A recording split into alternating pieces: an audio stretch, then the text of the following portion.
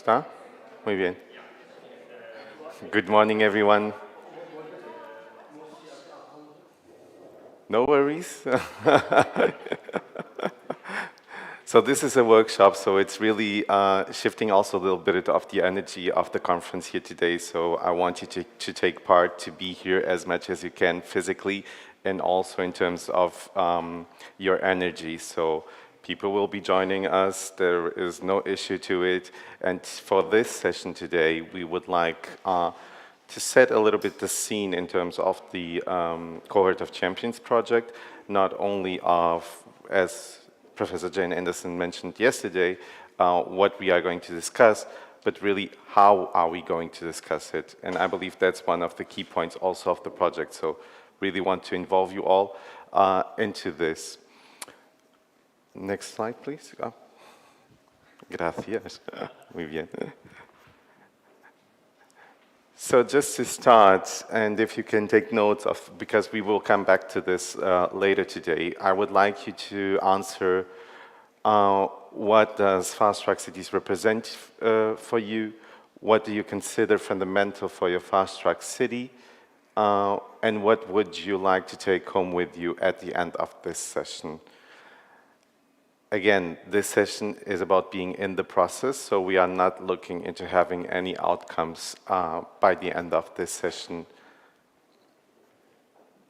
So just a little bit of recap from yesterday. We did discuss the overall picture of Europe and how 74 countries need somehow to work together and to create partnerships and coalitions, and that has already been done under the EU, under the Schengen area. But then again, at the EU level, we also have the free transition of goods and services that includes also health.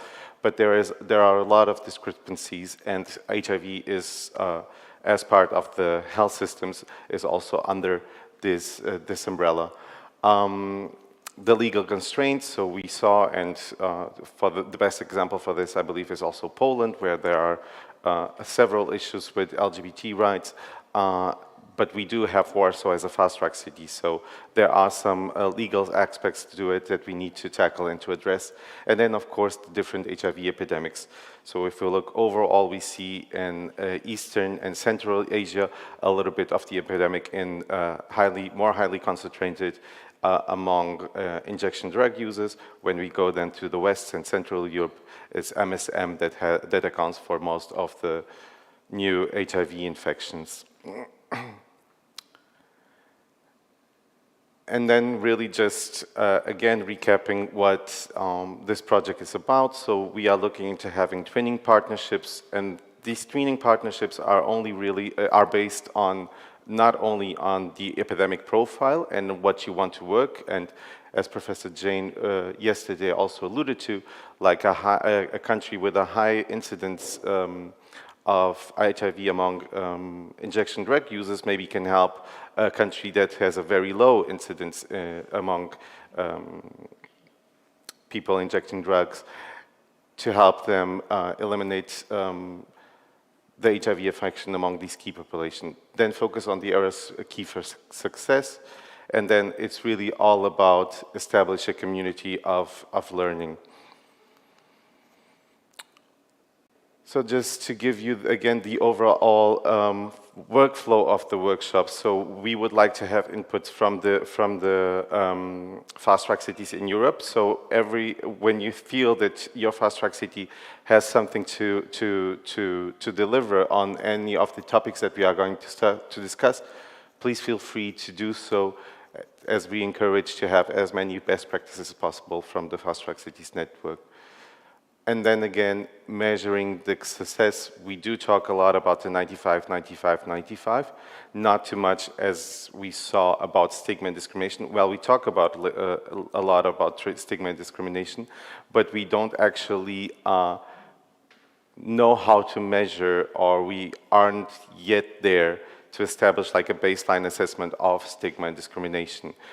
Well, discrimination goes only by law enforcement, of course, but when we look into stigma, there is self-stigma, societal stigma, structural stigma, and there are several layers that we still need to sort out in terms of that. And, well, these are just some KPIs. So we would like to have at least 6 partnerships. And these partnerships can be based on personal relationships that you have, topics that you would like to discuss with each other. Could be also in terms of the epidemic profile. So it's really up to you what you'd like to do with this.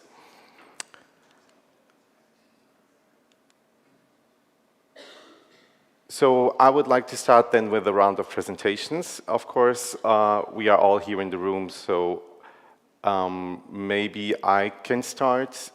So my name is Gonçalo Lobo. I work for IAPAC for the last 2 years now. And for me, Fast Track Cities represents really a bottom-up process and bringing together several stakeholders in one table to discuss what are overall objectives of the initiative. So it's really about this, bringing people together, the Fast Track Cities initiative for me. Fundamental, so I consider fundamental to have all partners involved, meaning by that the municipality, of course, healthcare professionals, community-based organizations, and people living with HIV. So I really push for that in the cities that I work with. What I would like to take home, well, I would like to take home a bunch of networking opportunities out of here, since we are able to convene most of the people in person here in Seville. So I would really like to take that with me. Can I start with you, Jennifer? Do you want the mic?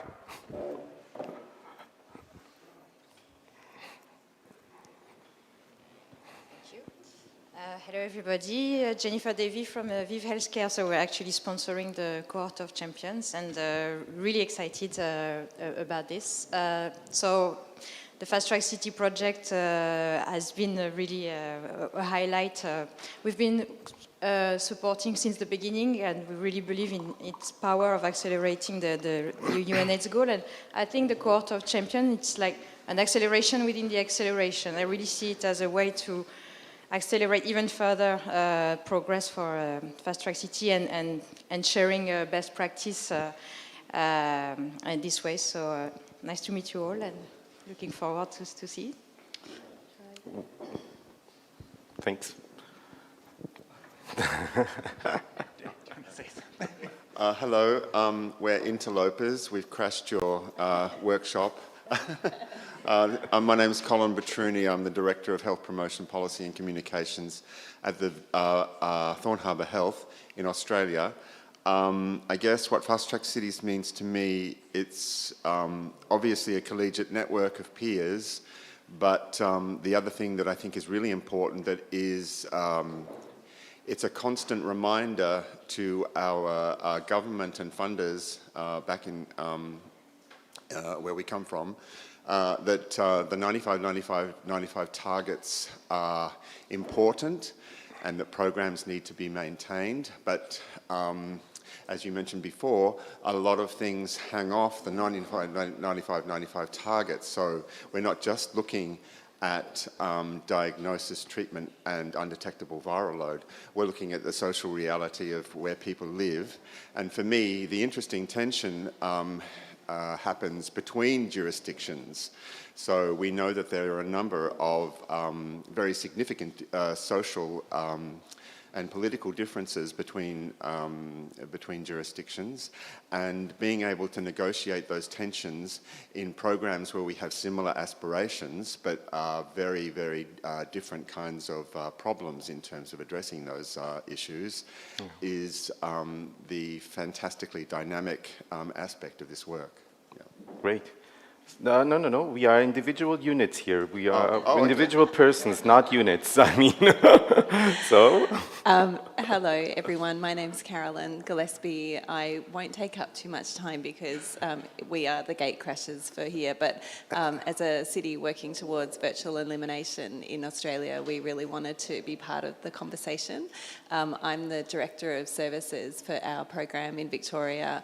and so oversee all of our clinical HIV work. So I'm really interested to share our learnings. This is my first Fast Track Cities conference. I joined the organisation a year before COVID, and then we got locked in Australia for 3 years. So it is really wonderful to be here with peers and to learn from each other. So thank you for letting us join today. I don't have too much more to add to what Colin and Carolyn have said. I'm James, I'm the Senior Policy Analyst at Thorn Harbour Health as well. So very interested in different policy settings and, I guess, law reform especially. Yeah. Thank you, James. Yeah, I believe plenty of people can relate to the different layers of administrative governments. Jorge. You have the questions over there. Okay, good morning. My name is Jorge Garrido, and I'm the Executive Director of Apoyo Positivo, which is one of the highest and biggest organization in the country, working on HIV, sexual rights, and sexuality education. For me and for my organization, Fast Track Cities was a roadmap to follow beside the scientific treatment cascade and the way that being parallel with the system to get the common goals of ending HIV, but also to face stigma and the work that we do with our communities in a better way. If I had to think something fundamental for my Fast Track Cities is how to get it back, because I'm here representing Madrid. We also work with Torremolinos, which is another city that we have here in Spain that is smaller, but is working much more good implementing the Fast Track strategy. But Madrid is dropping his compromise along this time, also because there was a change of the government. They are really not working good right now. They are not giving treatment for people that is not in a legal situation in the city. Now it's over 1,000 people without treatment in the city that we are managing all the NGOs together. They don't want to sign the Seville declaration. They said it during the last days after checking the text. So that means a lot. If they don't want to sign a document that is at the end of the day just a letter talking about the community compromise, is that you are against us more than just a little bit close. So I think that we have a lot of challenge in the future, not only for working on the Fast Track strategy, but also for the lives of our community members, because we are really worried about the moment that we are living without the treatment access, without PrEP for the most part of the people in our communities. Yeah, we need a lot of help, and maybe we can work together with other cities and leave a little pressure on the local government to move forward. Maybe you can have the help from other mayors from sister cities from Madrid, putting a little bit of pressure on him. Elske. Tom, spokesperson? But again, you are an individual. You are not a unit here. Thanks for reminding me. This is... Well, it is, morning. But here you are in the workshop. Don't skip away. Go ahead, sorry, Tom. Well, here is your spokesman for Amsterdam. Hi, my name's Tom, and I very much welcome the party crashes because I asked you to. So I'm very happy that you're actually here. And for me, the Fast Track Cities represents a cooperation, a global cooperation. I know what you've just said, Gonzalo, is more of a European working together option. But for me, twinning and working together is a global, really a global interest of ours. And we've done a meeting on the Cohort of Champions in 2018 already with the AIDS conference in Amsterdam. And then we also, not randomly, but we invited all the cities that were there at the moment, and that also included people from the United States and from Australia, I believe. And so what's fundamental for us, I think, is getting to the last mile and actually getting to zero. And for that, we need not just saying how important it is, but actually practical tips and tricks on how people do it. So it's yes, it can be about policy. I'm a policy maker, so I love that. But it should also be about practical solutions, saying, okay, this is what we have to do. So the vending machine that you presented yesterday was an example. I'm not sure if it will work in our situation, but I love that, that spark that you get from other cities worldwide thinking, oh my God, this is a really good idea. Is it something for us? Can it work? What conditions do we need? Because as you said, every jurisdiction is different. In Europe, we have one European Union, but we have 27 different health systems. So it's not comparable and transferable. You always need to tailor what you hear from other cities to your own situation. But for me, and that's also what I'd like to take home with me, is new friends, people. So if you feel that we can work together and we have something to share and something to learn from each other, we can do that maybe on a European level. We can do that thanks to VIV. We can do that more in depth. But please, let's not exclude the rest of the world and try to be the happy family that we are as a fast-track cities. And it can be, twinning can be about two cities that are getting to the last mile, but it can also be a city like you said, I have no idea what to do about people who inject drugs. Can you help me with that? So it can be, twinning always has those two aspects for me. One, you can learn from each other, or one can be the expertise center for the other. And I think both options are essential and should be part of the learning network that Fast Track City represents for me. So this might be a bit of a statement, but let's go with it. We loved your statement, Tom. Thank you. But again, would like also hear from the others. And really about this wow effect. And I believe that's one of the things that I at least take from conferences when I go to somewhere and I have new projects like the one from Australia with a vending machine that's also in the UK right now, with a trans clinic that I also know about in Amsterdam right now, but it was the wow effect for me at IIS in Montreal when I saw the clinic in Bangkok, and that's something that definitely we can look into and have also here in Europe. Maria. Yeah, hello, my name is Maria Prince, the head of the Research Infectious Diseases Prevention Department at the Public Health Service. Just to add on and not to make it too long, I think it's also important to learn about failures, because sometimes you try something that already has been failed somewhere else, and it might be due to the circumstances, to the setting, but it might also be due. So I think it's in our conversation it's very important, and I also hope to learn and to meet new people here and just to connect, maybe not only to one city, but you can connect to more cities depending on what you want and what you want to like to share. Just your name if you want to. Okay. Yeah, my name is Marta and I work with the Public Health Services and also with the NGO in Amsterdam. Nice to meet you, Marta. Dokters van de wereld. Maria Oud, work at the Public Health Service as coordinator of the international affairs. Hi, my name is Camille Welling. I'm the medical doctor and medical supervisor of the Trans United Clinic, part of a collaboration between Trans United Europe, a trans organization, and the Amsterdam Public Health Center, the Center for Sexual Health. I would like to add, I'm someone who's not into policy or doesn't know much about that, and more on the workflow, working with clients, with patients, seeing the community. And sometimes that feels quite alone. You see all the struggles and you see all the difficulties and all the barriers that people experience. So hearing different stories from the workshops, the presentation in the past 2 days have been really inspiring and also encouraging to think like, oh yes, this is also something that we could start thinking about, or a group that we could collaborate with. And speaking with others that are thinking about doing similar stuff, it gives that feeling of togetherness, like, oh, actually we are way stronger and way more spread out than sometimes we think when we're on the work floor. Thank you. Elske Hornenborg, I presented the case study about Amsterdam yesterday with some innovations, and I like the togetherness of a city. I mean, you're pretty close to each other, and it's kind of easy to collaborate. It's nice to have support from your city council, and we're really lucky in Amsterdam to have that. But I also like to do things like the innovations that I presented yesterday. Thank you, Elske. Over here, Charles. Hi everyone, my name is Charles Mpepu from South Africa, Johannesburg.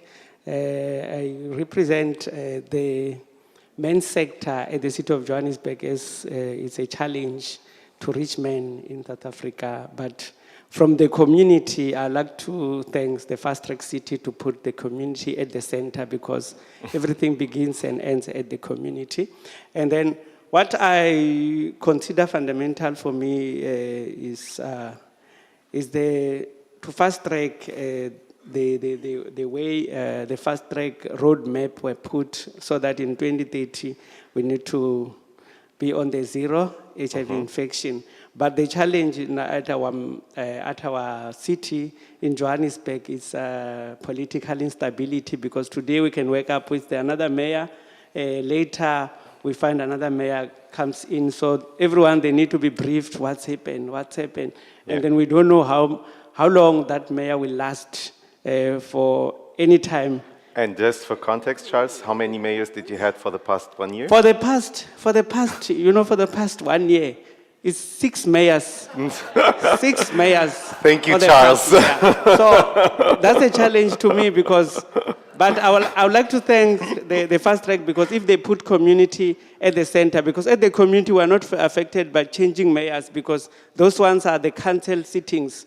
At the community, they need this program to run at the community. That's why I like to thank the Fast Track City for putting the community at the center approach of the community because the community was not affected of changing mayors.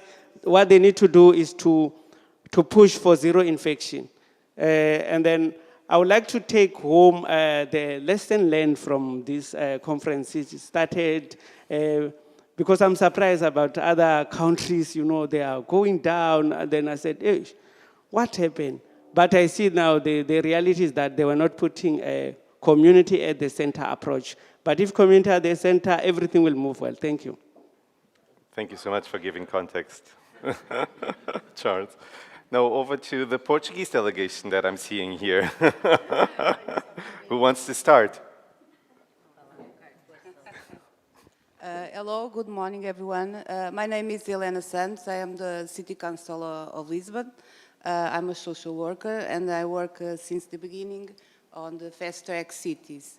For me, what represents Fast Track Cities to take all the stakeholders on the same table for the same goal. It's difficult to take all the stakeholders, the different organizations, ONGs, service public and so on to the same goal.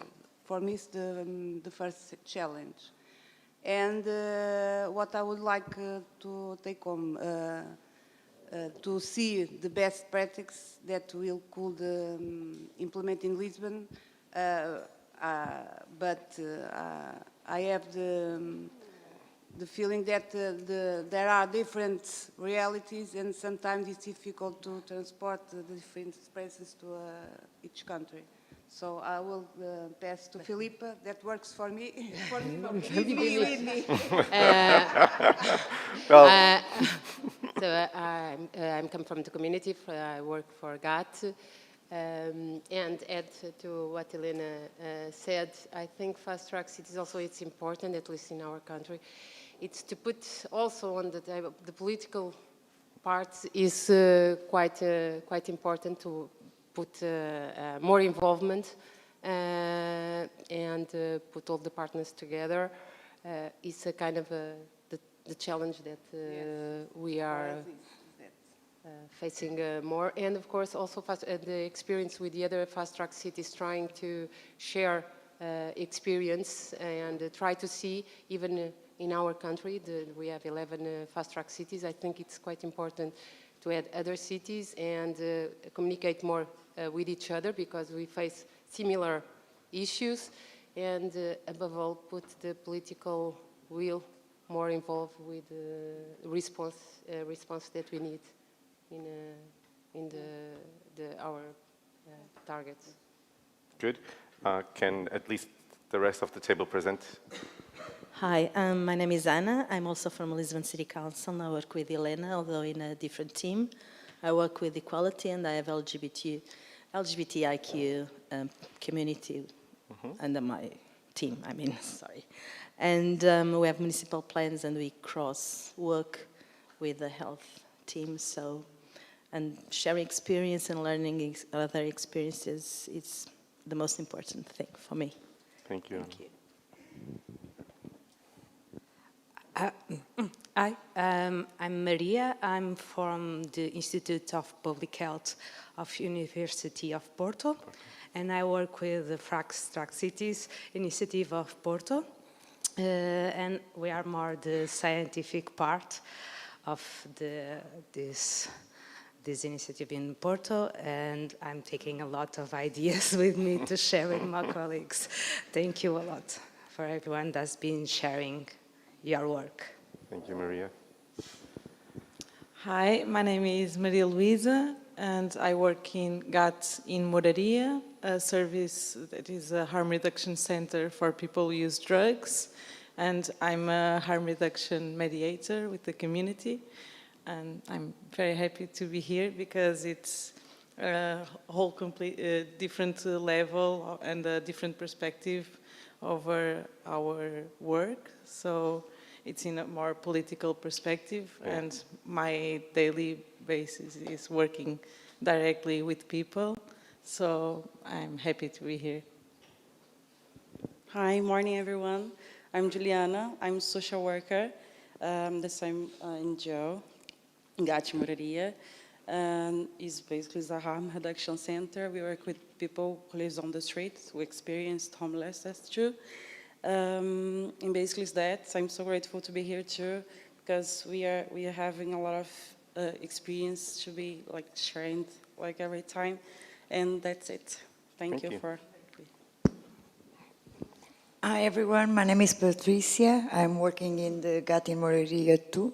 I'm a peer, and for me being here is more learn everything and experience. It's, I don't know how to say, crescimento?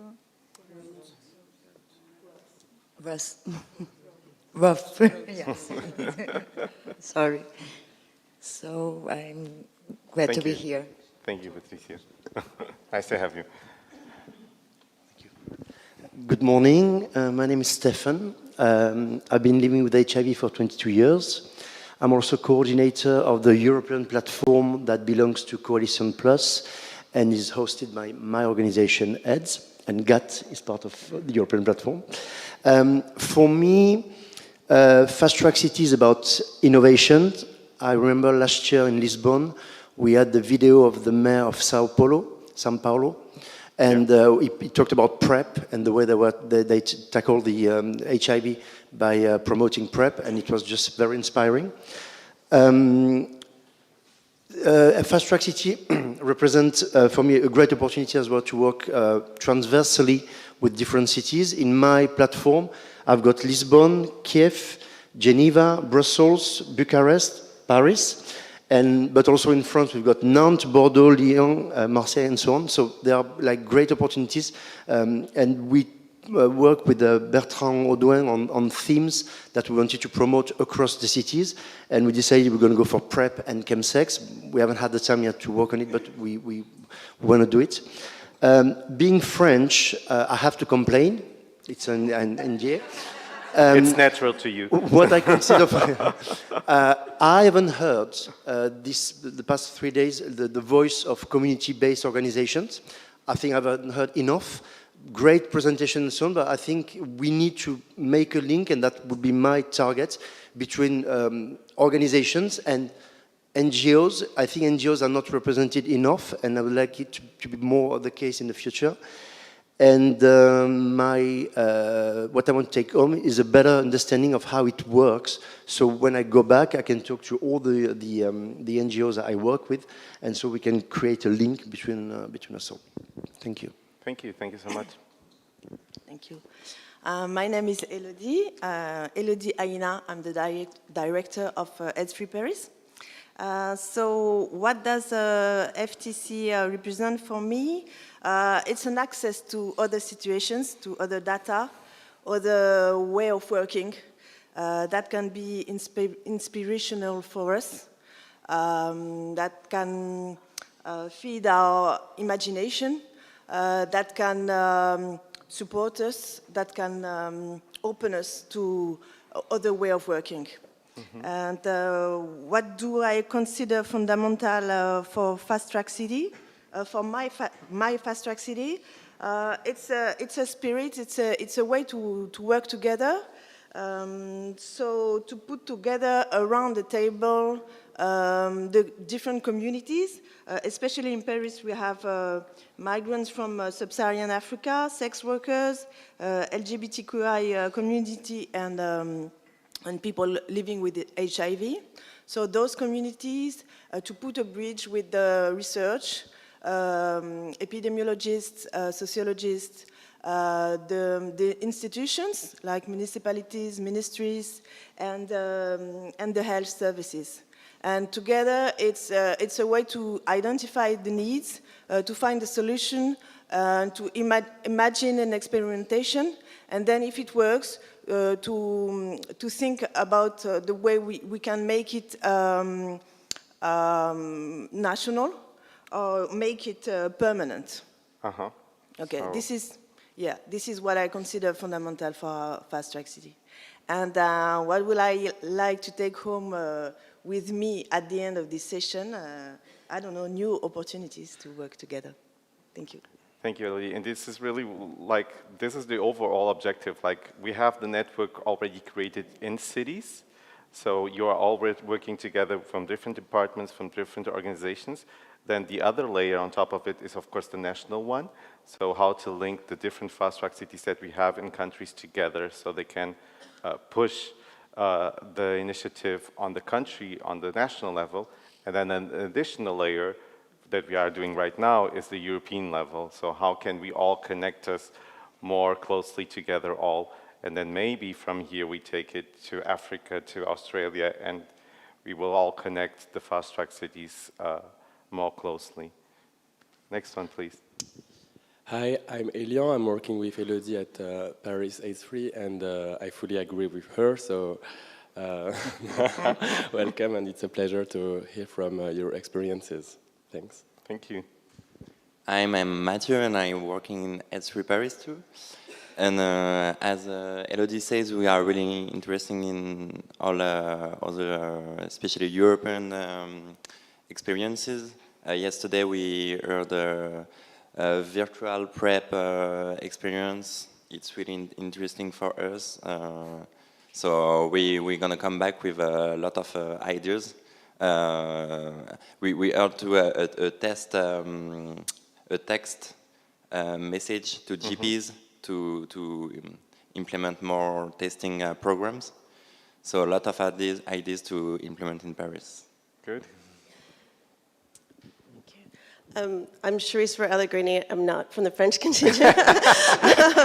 I'm the director of the San Antonio AIDS Foundation in San Antonio, Texas. We're a community-based organization, like many that started in the mid-'80s, have transitioned from AIDS hospice to comprehensive services for people living with HIV, as well as dealing with STIs and promoting sexual health and wellness in Texas, which is a challenge, but providing a safe space for the LGBTQ community.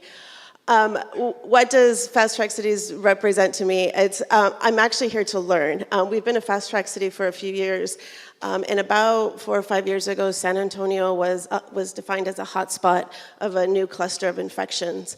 And around that time, the city really started to make more effort into combating it. And we've got a little bit of a handle on it. It's still an issue. But one of the things we haven't done is coordinated with other cities, even in Texas, much less across the country or the world.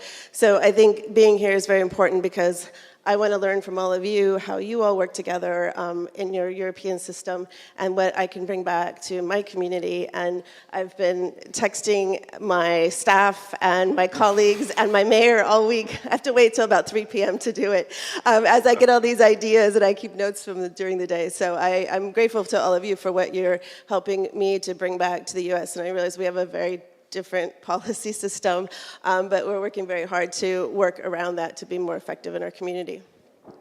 Thank you. Hi, my name's Caroline. I'm from Ireland. I work on our National Sexual Health Programme. So I sit on the steering groups for our 4 cities, Dublin, Cork, Limerick and Galway.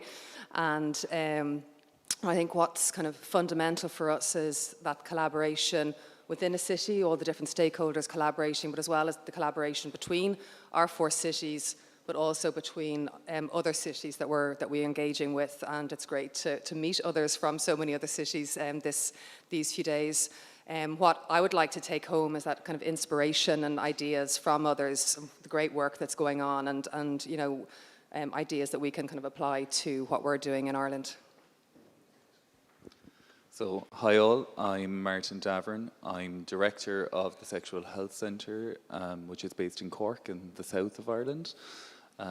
Very similar to your organisation, it started off in the 80s as a support organisation for people living with HIV, and that's still a centre point of the work that we do today.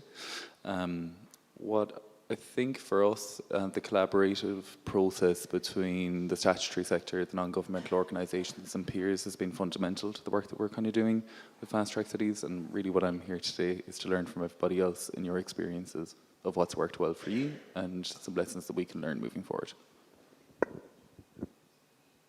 Hi everyone, I'm Rachel and I'm also working in Ireland's National Sexual Health Programme, and similarly I'd like to echo what Martin and Caroline said about working collaboratively with our cities in Ireland but also across Europe. Hi everyone, I'm Pia and I'm the Policy and Development Manager at HIV Ireland. We're based in Dublin, one of Ireland's Fast Track Cities.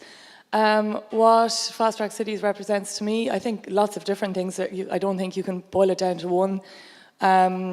One thing that springs to mind, I suppose, is that it really affords us an opportunity to put a global lens on what we're doing. A lot of the time that's lost when you're working in a local or a regional or even a national context. It's an advocacy tool. It's a tool to work collaboratively, both within Ireland, but also obviously outside of that. So it's lots of different things, and I think it can be lots of different things. So a little bit of it is also up to ourselves. What I'd consider fundamental is, again, numerous different things. We need really robust data. We need a coordinated approach. We need the resources. We need the political buy-in. So all of those are fundamental to making Fast Track Cities a success. And what I'd like to take away from the session today is, yeah, like just to echo what others have said, new ideas, etc. But I think also to have a really honest discussion about some of the challenges also. And, you know, we're all sitting around a table and we're working cross-sectorally, and that's amazing. But there are also challenges that come with that. And I think it's really important to have an honest debate and an honest discussion about that so that we can move forward and we can really look at how we are going to work together to implement FTC. Thanks. Thank you so much. Hi everyone, I'm Clarence and I'm also working in Dublin, Ireland as a HIV nurse specialist. So not much to add to what my colleagues in the room have said, but I think FTC represents that sense of motivation, inspiration, going forward now that we all internationally are working towards this common benchmark and goal by 2030. So it's a pleasure to be here. This is also my first Fast Track City event and it's been a success so far. So looking forward to learning more. Great, thank you so much. Now, to the last table, here in the back. There you are. Hi everyone, I'm Ilaria Mercurio. I work in the checkpoint of Bergamo, a city in the north of Italy. And Fast Track City represents for me a structure to make community and institution working together. And for me is fundamental the ability to work together in the local area, one, and so in our checkpoint, but also in the global one. So I'm here just to understand how the other cities and nations are working, just to understand how can we go on to work. Thank you. Thank you. Hello, I'm Zoe Cousins. I'm the Sexual Health Programme Lead at Public Health Wales. We have Fast Track Cities, Cardiff and Vale. Cardiff is our capital city in Wales. We're a very small country. Fast Track Cities actually has refocused, reset Wales in terms of HIV. We don't have an NGO in Wales. We have an NGO from England that comes and plays occasionally, but doesn't actually understand how Wales and the Welsh work. So that was a fundamental problem that we've had. The most important thing that Fast Track City has actually brought to us generally is that we've actually brought things together in Cardiff and Vale at all levels. So our local authorities, and it's led to Welsh Government, because we do have our own government as well, have actually produced an HIV action plan which has taken into account the needs of people living with HIV, and that's a fundamental part of it. And rather than kind of top down, we're trying to do bottom up a little bit better. It's fundamental to actually work with people who are living with HIV. I've been working with people with HIV since the late 80s, early 90s. It's a very different landscape now, and the needs of people have changed vastly over that time, and we need to move forward politically for that. What I like to take home, basically, it's been really useful listening to the experiences of others. So we are at a point, like Amsterdam, where it's the needle in the haystack, and how we do that with relatively limited budget as well, and do it effectively. So our key problem now is late diagnosis for those few people who don't fit into the usual categories, and I think that's another part of the problem. We're very good at buttonholing and pigeonholing people in the UK. You have to fit in a certain box to have certain things, and not everybody identifies with the pigeonholes that are targeted. I believe it's not only in the UK. Hi everyone, I'm Ian Jackson. I work for the National Health Service in England. I'm part of the London Fast Track Cities Leadership Group. I run an opt-out testing programme across all 28 emergency departments. Spoiler for the next session in the next room at 10 o'clock. But the Fast Track gives us an opportunity to very specifically target ending new transmissions. And with a set of projects, the most important thing about Fast Track is the work we've done with our community, though. It's absolutely clear. We've built a trusted community. We didn't have that at the beginning, I don't think. I mean, lots of people worked individually. It brought everyone together. We all work really well. We've managed to divert some national health resources into the voluntary sector to fund the voluntary sector to run our projects for us, which is very unusual for us to do.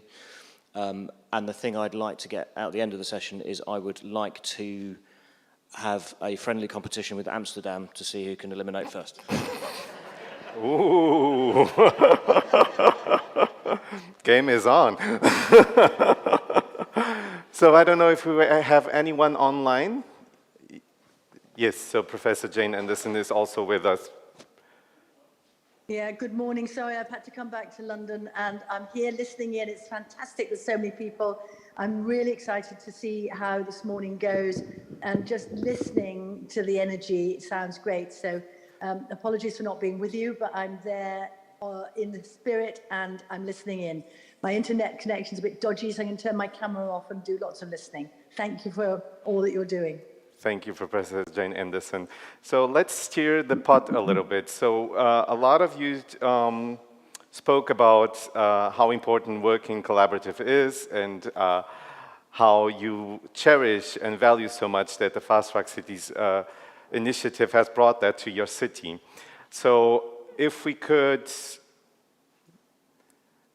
go out of our tables and sit with cities that you haven't been working with, and with people that you don't know, so that you don't keep yourself within your bubble of France, Netherlands, the UK, Ireland. So please, choose a table.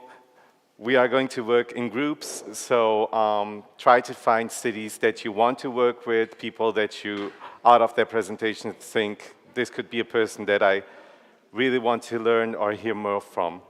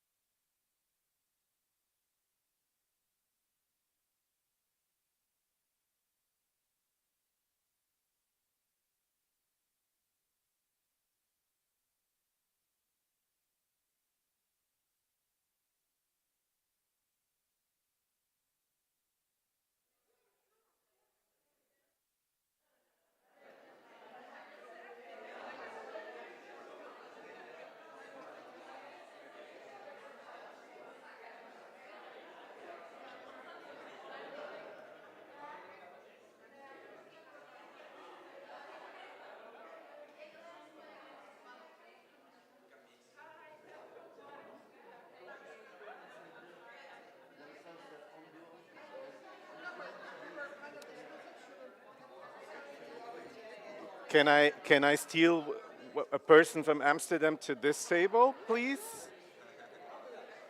Yeah.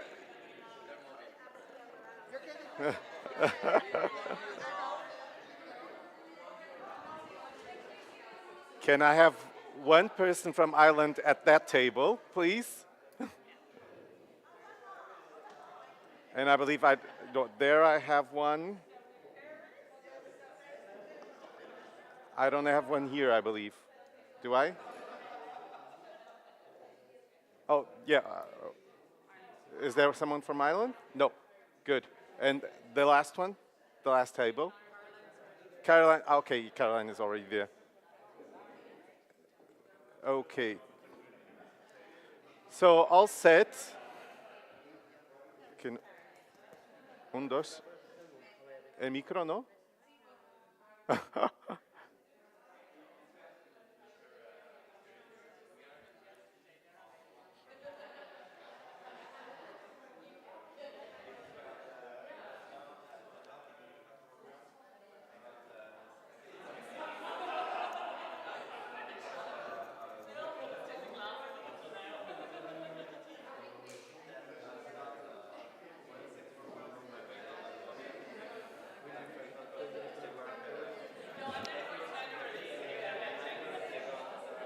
So sorry to... ¿Está? Gracias. Well, good. Then, really good to see that you're already heading off to have individual conversations. I don't want to break that at all, so please continue. Just keep in mind that you will have 15 minutes to answer to these questions. So they're up in there. If in between you want to talk about other projects, by all means, feel free to do so. And do elect a person that is going to answer to these questions on behalf of your group. Okay? So 15 minutes starting from now.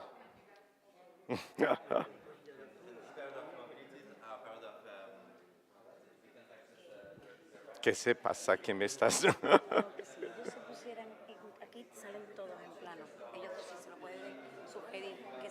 Ah, vale. Sí, sí, claro. No te preocupes. Excuse me. Can I ask you just to go to that table? So, because they are struggling having you in the plan and they want to have you as part of the... So just switch to a free table. That's all. I don't want to...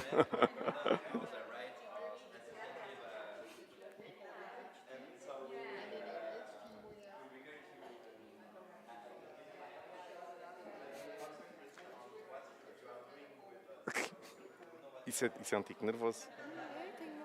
Isso é um tique nervoso. Isso é um tique nervoso, Lúcia. Eu, quando era criança, fazia assim, de manhã, o tempo todo, porque tinha comichão na ponta do dedo, e dava assim à minha mãe, ela dava um beijinho e passava-me.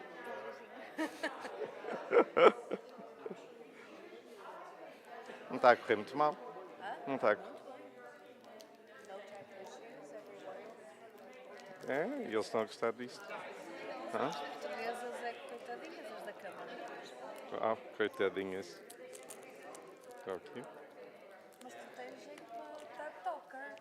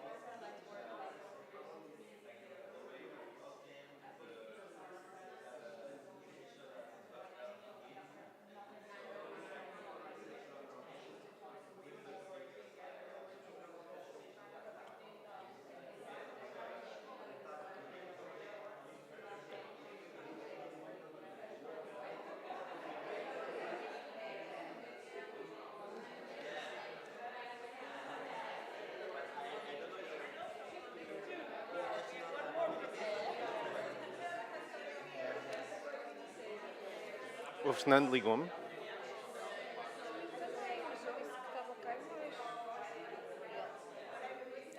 Bem, também não deve ser urgente. Deve ser por causa da Maria Encarnación, não?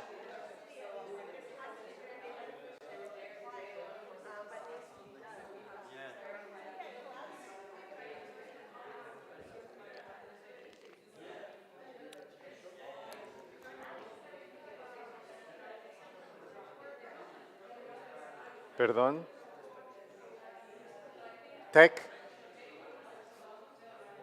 Micro. Está? So just to make sure that you already have elected the person that's going to present.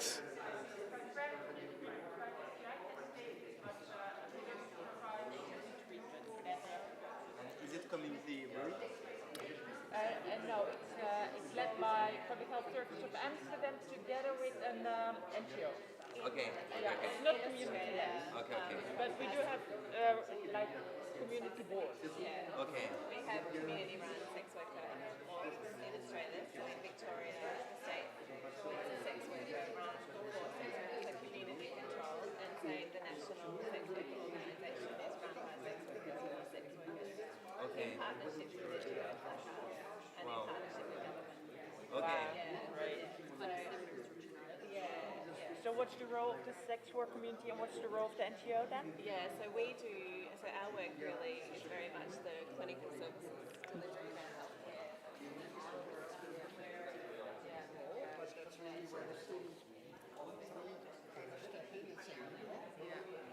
We're all about because we have no jurisdiction about the health system.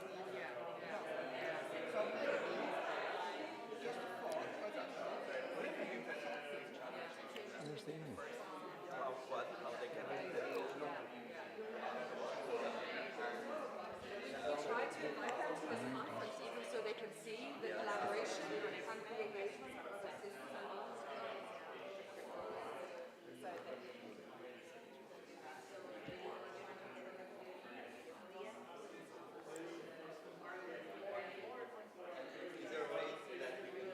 Há uma pena termos tão pouco, não temos ninguém online.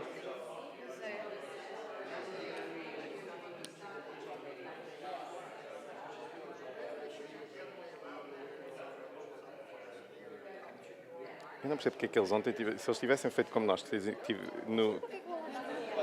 tivessem feito como nós para aquela coisa do estigma, ter criado um link e tinha corrido tudo bem.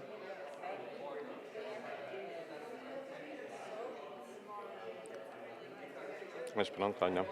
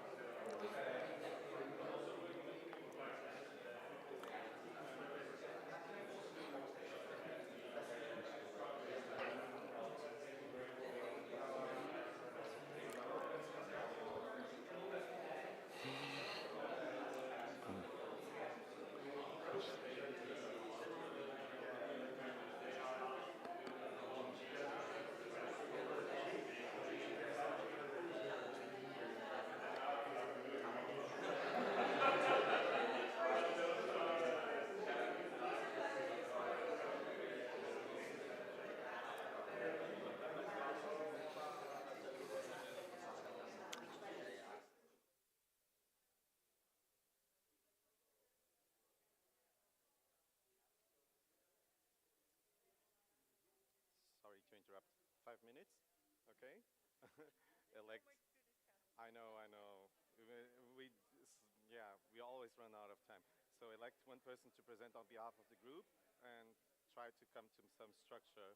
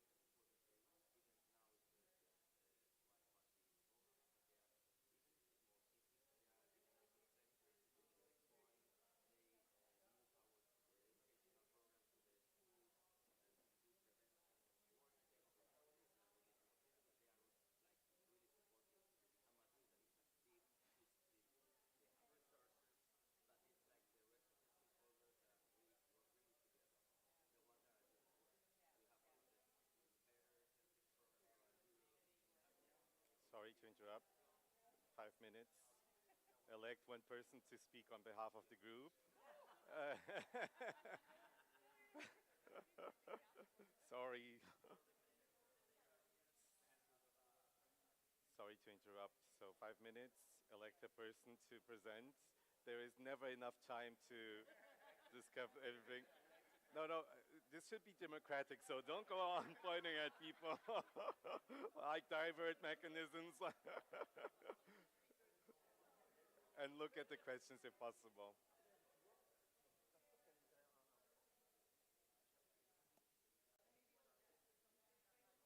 Sorry to interrupt, just 5 minutes left, okay? So elect a person to present on behalf of the group. Thanks.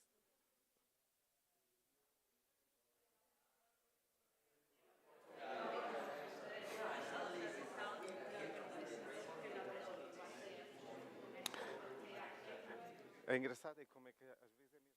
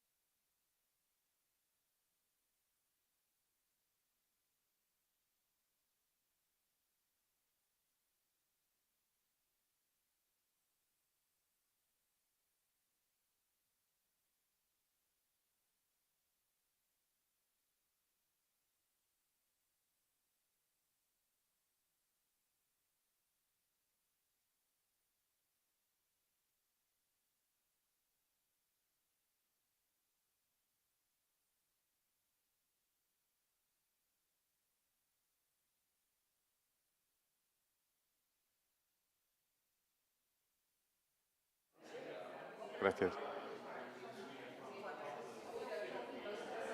1 minute, everyone.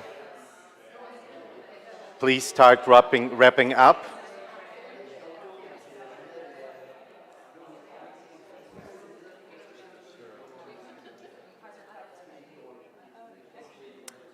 Clear the stage.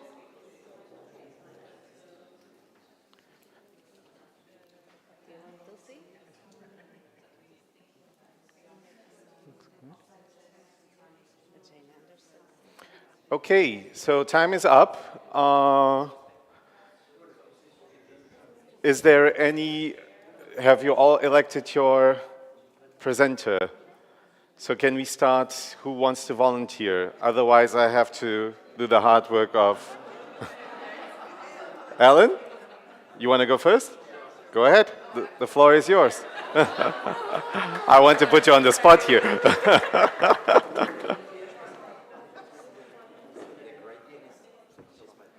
Okay, can you hear me? Yeah.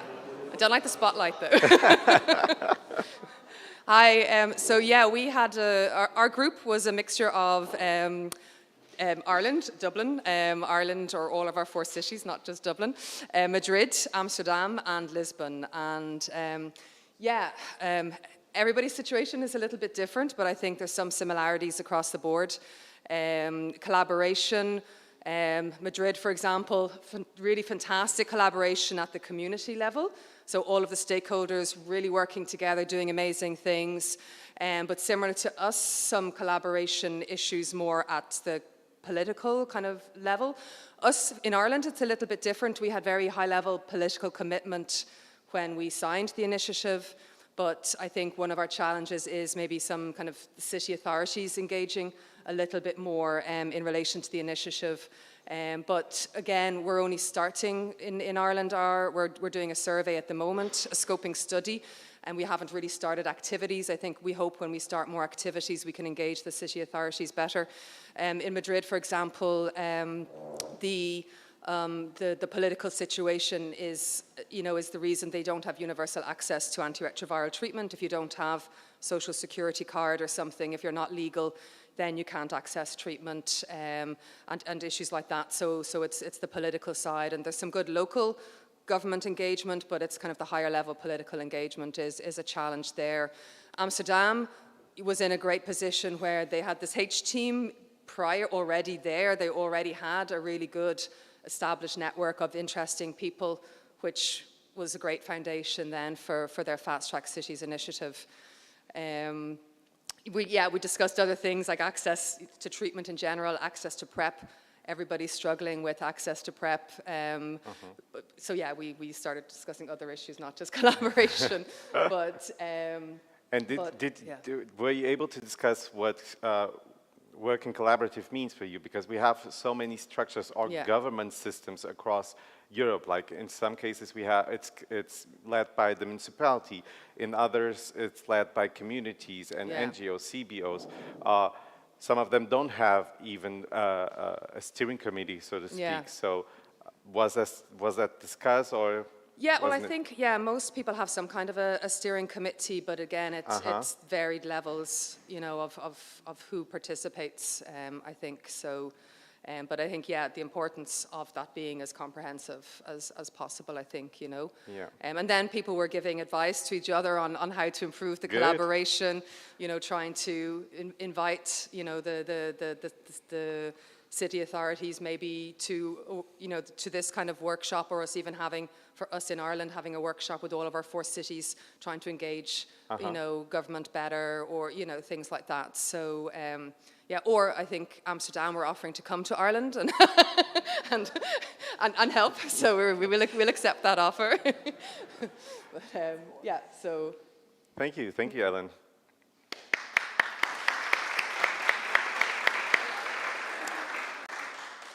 Next group.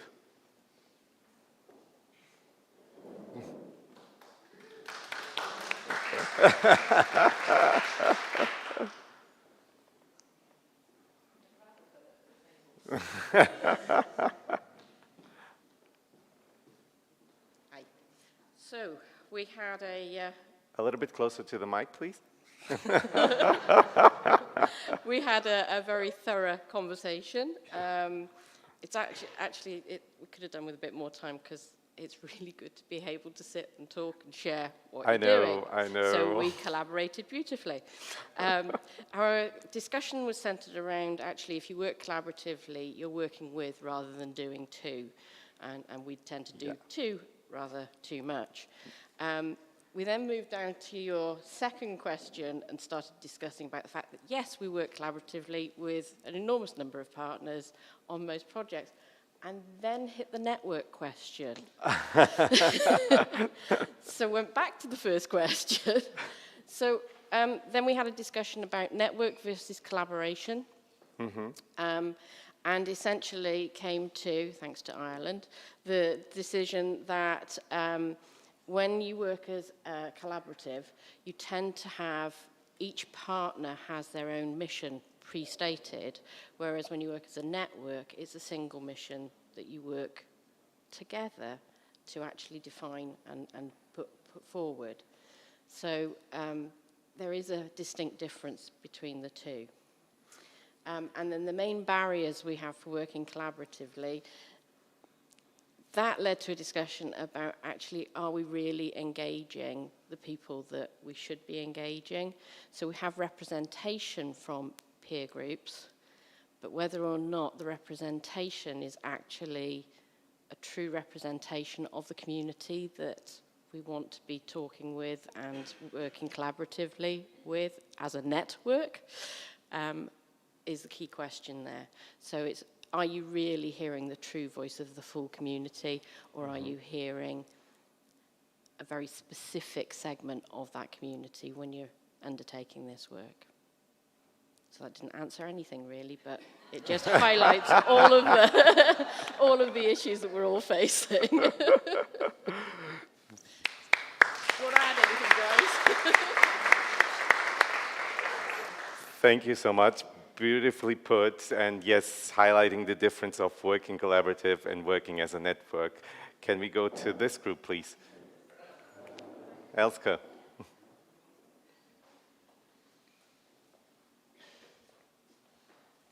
Hi, we had a very broad representation of many cities from the whole world. And the first question was simple for us. What does it mean? Well, it's inspirational to work as a collaborative, and it's the heart of it. It's where it starts, and that's where what we should all do and what we feel we do from our hearts. We do work together with our stakeholders on all our projects, was the simple conclusion. As a network, and we discussed whether we work together on an international network. Not yet so much, but we would like to do that, especially in the field of the sex workers. They're very mobile, and we lose them. I mean, they're in HIV treatment, they have an undetectable viral load, and then they're gone. And probably they go from Amsterdam to Paris, and from Paris to Berlin, and from Berlin to Madrid. And so maybe we can come up with a plan to make sure that they arrive in a clinic. And continue their treatment. Barriers, yes, we do have barriers, and we discussed a lot about data. Many cities lack data. There's a delay in getting data, and then when there are national data, it's still very hard to get city-based data. And we need data, we need to know our epidemic to have a good response. So that's one of the barriers we discussed. Good. Thank you so much, Elske.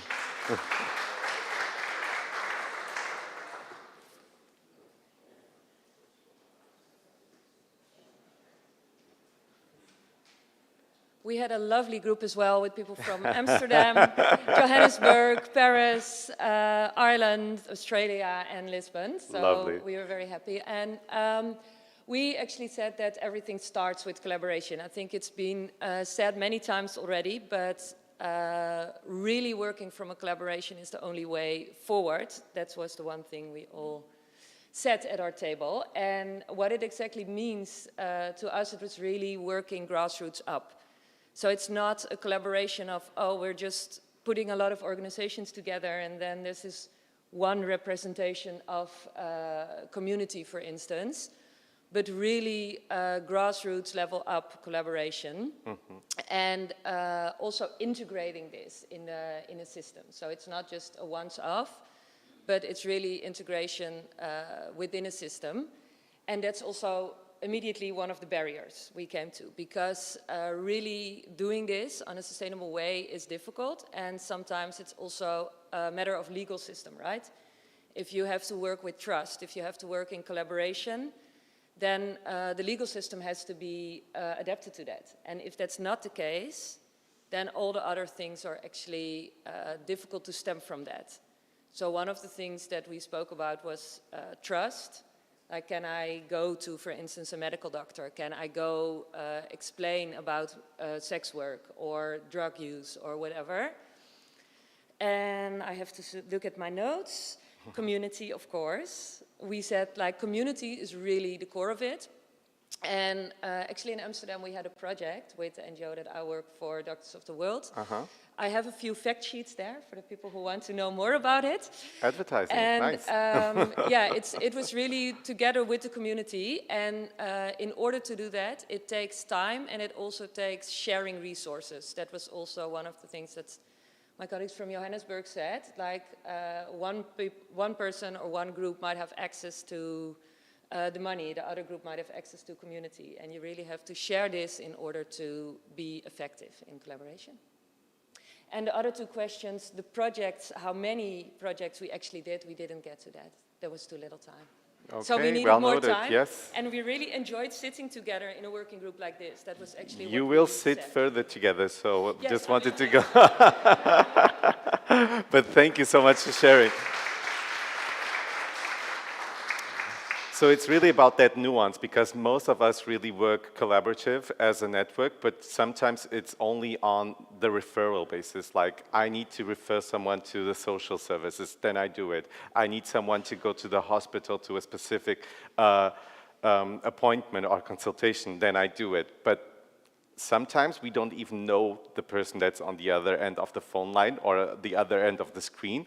And then as a network, as we saw, well, that falls to the cracks, to be honest, even for us. And one thing that this group also pointed out is time.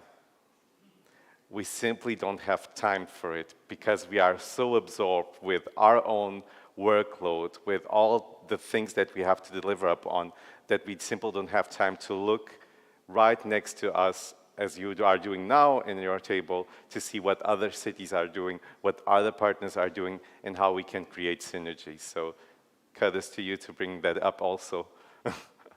Yeah, but let's continue. So I don't want to break the energy of the groups. Further two questions, but again, feel free, 15 minutes. You can talk further about the projects that are going on in the different cities. But now it's really about what do you need to work collaborative with other cities. And then also what you can bring to the table. Okay? Again, 15 minutes. And feel free to jump into one of the, to listen in.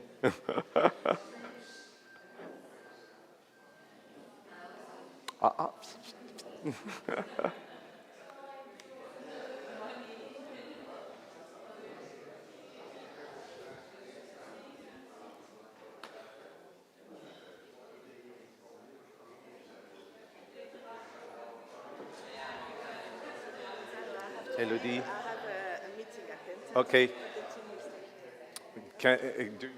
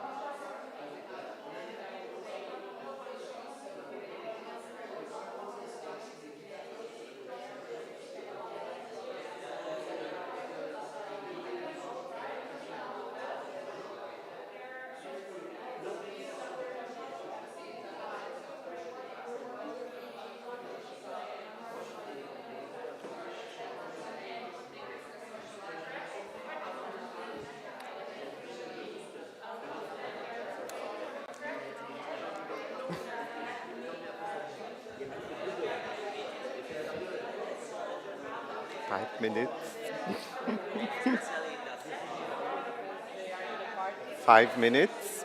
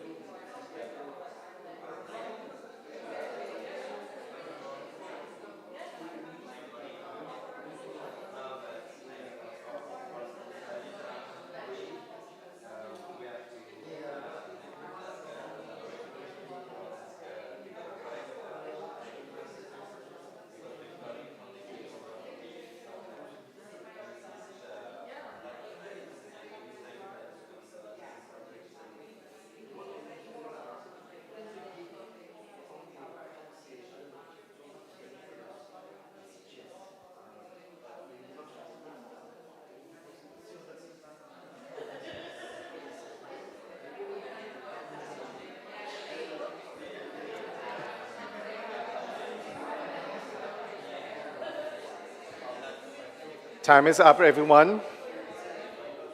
Really sorry to be the bad cop here and to interrupt your discussions, but we need to move on. So if I can kindly ask the first group, since you were the last group last time, if you can start presenting. Sorry? With the loudest voice.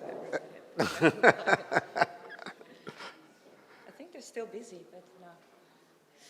they will get. Okay. Yeah, so we sidetracked the questions a little bit, but for the first question of the collaboration and what we actually need, we sidetracked towards funding. And what we actually thought is that funding is a very key element in collaborating. And that's actually many aspects of it. So on the one hand, we said, like, how do we measure output or impact? Because if we get a certain funding for a project or a collaboration with NGOs, then very often everyone wants high numbers, right? Or high output. Whereas sustainable collaboration, you can't always measure in that way. So we really thought like a different way of thinking about how to fund projects, and also especially again from that community level and working together in a community. That's also the case of if you were community-led, you have to look into that. Like, how are we going to actually apply for funding? How are we going to do this in a long run in a way that it's not a project again, but it's something that we work together. We needed more transparency. We said, like, okay, also often we really linger on our own successes, right? We say, oh, wow, we did this, and we become competitors. Especially, we had a few NGO people, myself representing an NGO, and this is what happens a lot. Like, okay, we got the funding in, and then we have the output, and then look at us doing it. Whereas that's not how you really work collaboratively. And we even said that, okay, sometimes when you apply for this and one of the organizations might get the fund, why not invite the others at the table and say, okay, we actually got this money, now how are we going to do this together? And this is sounding very weird for many people because why would we do that? But we thought that's really a change of thought that we were going to need if we want to work together. And then the last one, what can we bring to the table? Again, sharing lessons learned, sharing experiences, and doing this openly. So being also open about failure and actually changing when some things don't work. Be open about your failure, share this with each other, and might change direction. But then again, we got to that funding. So this was, I think, our main topic for 15 minutes. But, you know, why do you share failure if you actually applied for something and you have to share your success? So this was also a challenge that we figured, like, we need to, not necessarily perhaps one of us that can bring that to the table, but we need to be open about that and perhaps include that in a memorandum of understanding, for instance. Like, we're going to work together and we're also going to be open about what doesn't work. And that's really a challenge, but a needed challenge. I never saw it in an MOU to have a clause where it says share what didn't work and where you failed, right? Exactly. And I know everybody's going to laugh when you say it, but if you really want to change something, you have to really look at it in a different way and really incorporate things that for now we might think are far-fetched or not a logical step. But, And did you have enough time to discuss it? Never. Thank you so much. Can we move on to this group, please?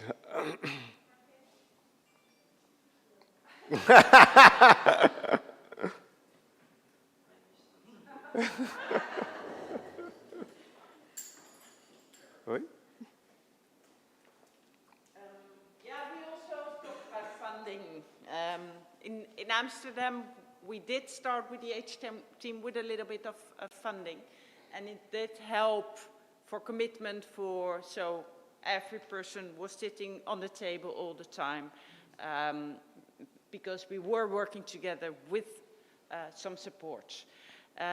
We also spoke about getting your goal together before starting to divide the money, if there is some money, or before starting to get some support, because it really helps. But then in Portugal, there's the problem with many organizations working for the same community. So that would be a challenge to get them all together on the table. It was a bit like the other table, competing for some money. We're really busy. Some more time would also help. And that's not really leading to a simple solution. Mm-hmm. So, yeah, did we spoke about the last question? Can the table help me? We talked about, kind of said it already, how bringing everybody to the... Go ahead, help her.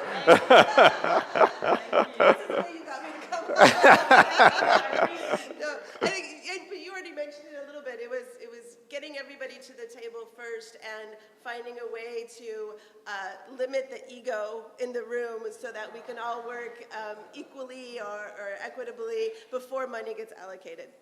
So, okay, that's a workshop in itself, managing egos. That group over?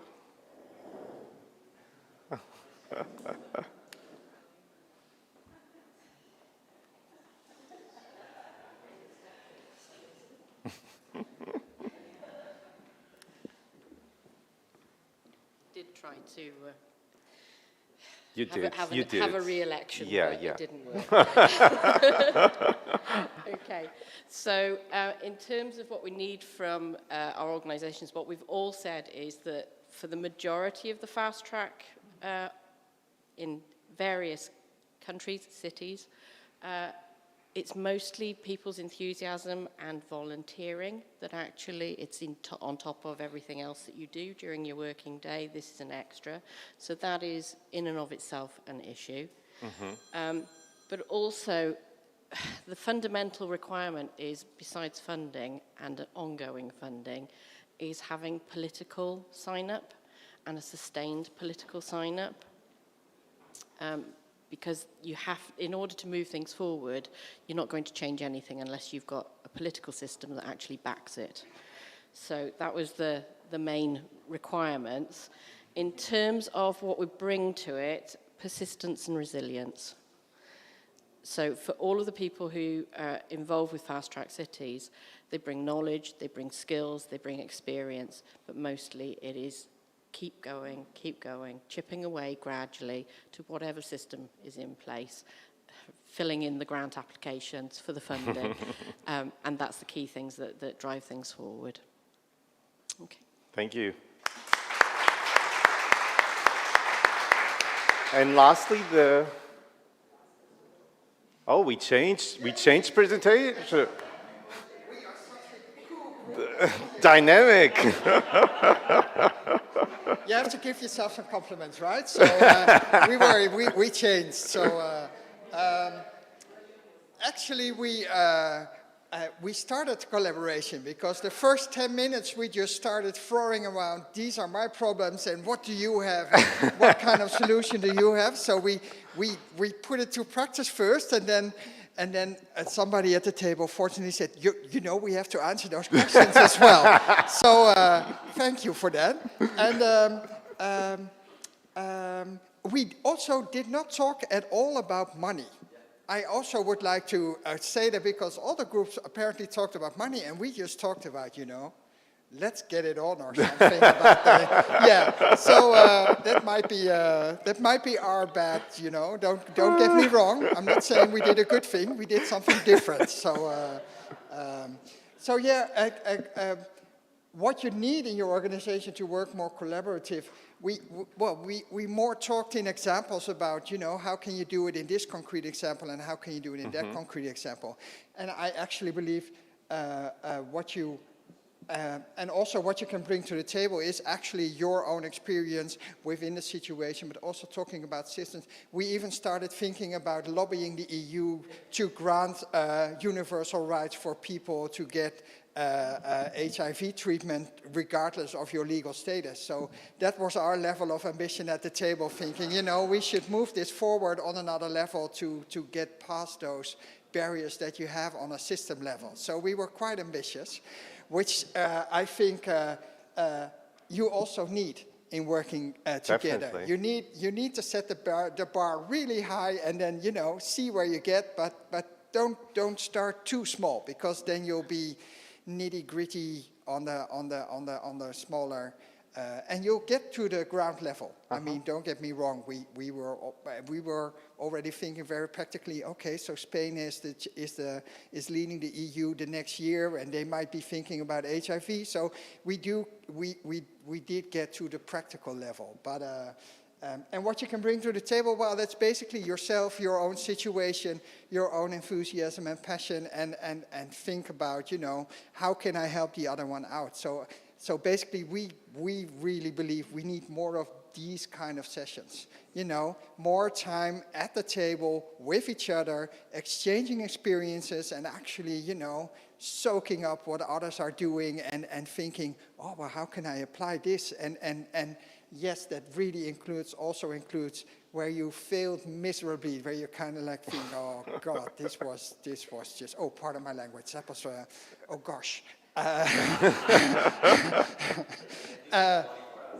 Yeah, and of course everybody needs money, so you know that's a given. But we talk more about, you know, how we can collaborate. Yeah, yeah. So great. Was that a good? Yeah, that was good.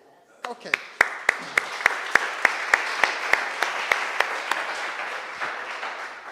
So 2 things on that. So yes, Spain is having the EU presidency in the 2nd semester of 2023, and yes, they are looking into HIV. So Jorge is your spokesperson. And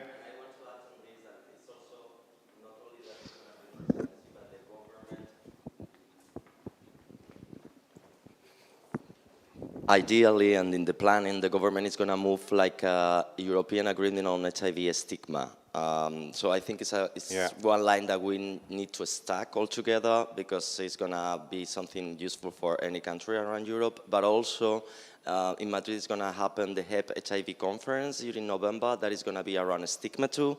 And the European Testing Week, the 2 dates in the year next year are going to go around stigma. So we have a full year, especially for us that are more close at the community approach than the political one in a way. I think it's our year for moving forward, or the goals that we have in all these plans and all the fast track cities and tables. So let's do something. Definitely. And on the migrant issue, I would like to put you in contact also with Norway, because Norway has a law that everyone that sets foot in Norway is entitled to have free HIV treatment. And that means only be physically in Norway. So I think we have a lot to learn from that experience, and also especially in terms of cost, because that's going to be one issue that all politicians are going to bring up to us, like how much does that cost. But again, thank you all for sharing everything that you, and also for the networking. So one of the things that I wanted to also point out here and see with you is, because Tom, you mentioned this, so the need of having everyone together, but do we need, structure-wise, do we need someone to take this on and lead it and to push for it as we are doing now, or can it be something different? And that's something that I would like to discuss with you also. So I'm completely open up for discussions, but I just don't want this to be put onto you. So do you think this is the model that works best, or should we have representatives from different cities? We now have the steering committee of Amsterdam, London, and Kyiv. So just thinking out loud here a little bit. Does this model work for you? Do you want to have any add-ons to it, change it completely? I think you need a structure. Can we? I think you need a structure and a framework, and I think that this is a fantastic beginning. I think, of course, there are informal networks and allegiances and collaborations that are going to happen through the Fast Track Cities family, but I think for my part, this morning's workshop has been the most interesting part of this Fast Track Cities meeting in Seville. So I definitely do think that you need a structure and a framework, and I applaud Fast Track Cities for putting this together. Thanks. Any other thoughts? We still have 5 minutes, so I want to really have your feedback on this so we can adjust what needs to be.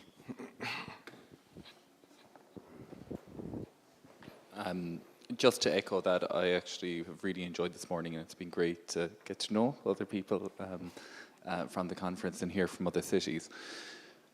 And it's fab to have a structure on it. One thing I think would be really beneficial, though, is if there was short presentations that we were all to focus on, but that were all on the challenges. So if a city like ourselves presented on this as a specific challenge we're facing in relation to the implementation of fast-track cities, there's never a moment like so many people from different cities who have all of these experiences that could bring that to the table.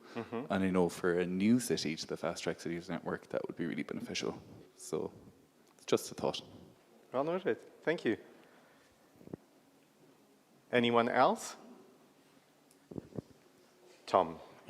Yes, sorry. No, at all. Why? I apologize beforehand. Sorry. Yeah. Yes, I believe we need some kind of structure, but I also am thinking about some kind of platform, chat group, whatever, where you can just post something and people can say, okay, you have this problem, I have this solution here, there, and there. Or, oh, I have this problem as well. If somebody in here knows the answer, let me know. So you can also combine a bit of the learning, and you're not dependent on this moment. That's kind of what I'm thinking about, because then you either have to write everything down that you want to share, when you do have a meeting like this in any form, whether virtual or in person or whatever, a problems dashboard or something, not a, link problems to solution, I don't know, something like that. And yes, I'm well aware of that dashboard, that those chat programs are, or whatever you do, a message board, they also, go down at the bottom, but I think it's our responsibility to know, to check. Maybe we should do an agreement, check it every week on Friday morning and post your reply on Monday. I don't know, something like that. But also, it's not just a message board or something, but also the commitment of us to actually look at it, reply, and share. So something like that would be great for me. And I think now with the new, COVID brought us this also a little bit.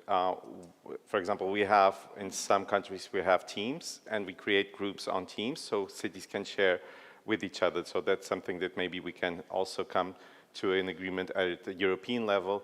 Most of the people here most likely are going to use Teams or are already using Teams, and you can silence also the notifications if it gets too much.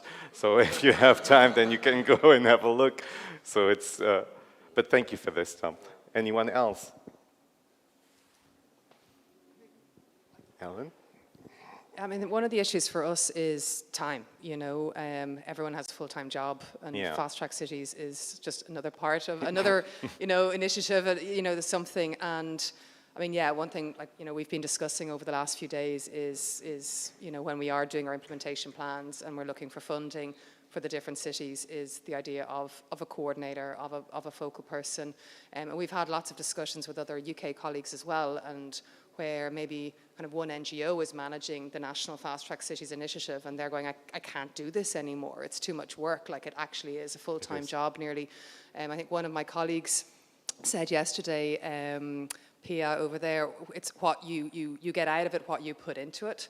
So the more you put in, the more you can get out, but it's having that time to do it is such a challenge. So, and for us in Ireland, the fact that we're a small country, we have 4 cities, even got to have, I mean, Rachel, my colleague, has been doing a lot to collaborate with our 4 cities, but, every 4 city is trying to establish itself. But, even to have one person that can help, but again, even help be that coordination between other UK cities, other European cities, and try and kind of keep people active, be that encouragement for people who are really busy to go, oh, look, there's an email there, I think you'd be the best person to answer that, or, you know, but to really kind of help. But someone needs to have the time to do that, because you could engage so much with everybody. It's just trying to do that in a busy working day is so hard. You know? So it doesn't get overwhelming. Jorge, yeah, go ahead. I want to talk about money now. because talking about like a platform or coordination at the national level, another thing is what we are going to do in an international level. But in our case, at the national level, that is being supported by the government right now. You saw the other day the Ministry of Health here and all the high-level politicians. We have a project for coordinating the Fast Track Cities national network, and we got the money from the Global Sustainable Goals grant that the government had. We were checking different grants, and we saw that one for the general implementation of the global sustainable goals, and we saw it was like, okay, Fast Track Cities is a political declaration, Fast Track Cities is a roadmap for these goals. We applied last year, we got a few amount of money, but that's the money that we used during this year to promote the national level, the participation of the ministry. So maybe it's something that you can look for and do in your own country, because I think that they are gonna put more money during the next year until 2030, not only for HIV, but for the general goals. And about the international platform or our platform, I agree with you that we need to identify potential lists that we have in the main cities that are working, things that are working in some places, and the gaps that we have in other places, and cross information to help each other. I don't know exactly how to do it, or the platform, or the way of working together, but I see, talking just with these mates, that they have solutions that I can apply, and maybe I can help to other people with other ideas. Thank you so much for sharing. Well, time is over, everyone. So sorry to be the bad guy also here. If you haven't put your name onto the contact list, please do. I don't want you to get out of here with not having all this richness of the network, and we will definitely follow up on the structure piece, on the online platform or other solutions that we are going to find, and also trying, as Alan was mentioning, that it doesn't get overwhelmed with all the other things that we all have to do in our daily work. So thank you all for being here today. Thank you all for the great energy that you brought. Thank you all for all the laughs and all the richness of sharing. You want a group photo? Oh, okay, by all means, go ahead. Let's have a group photo then.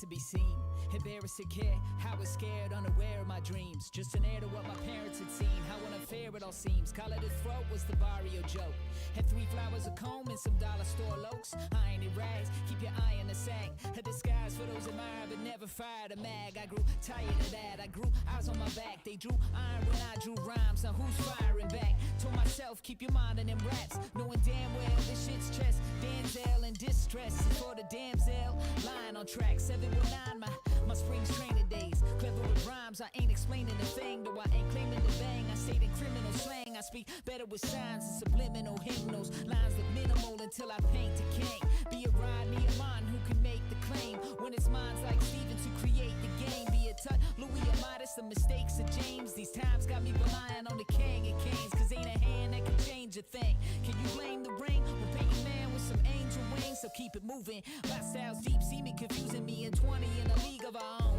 where have you been, where art thou, you who trend, where is all now, please let me clue you in, I said 20, thou league, see, I drop jewels and use the last 3 bars and parts to prelude. Dang, Sylvan said I see you, man. Brought my skills from LA to the EU land and from altar. And on this altar I offer my language to all words are all learned, sorta like an autumn. See my loose leaf changing and my too deep say it and we'll all learn. I said language, altar, and Auburn. I'm saying pages are getting read as they all turn, but they on an altar. I'm saying they all burn. Words are getting purged and the flames call us songs urns. If all of our songs earn and we get paid well, is it cause we all learn that only fame sells? If you're not at all concerned if we get paid well, you can take a name, just make sure that it's framed well and hang it high.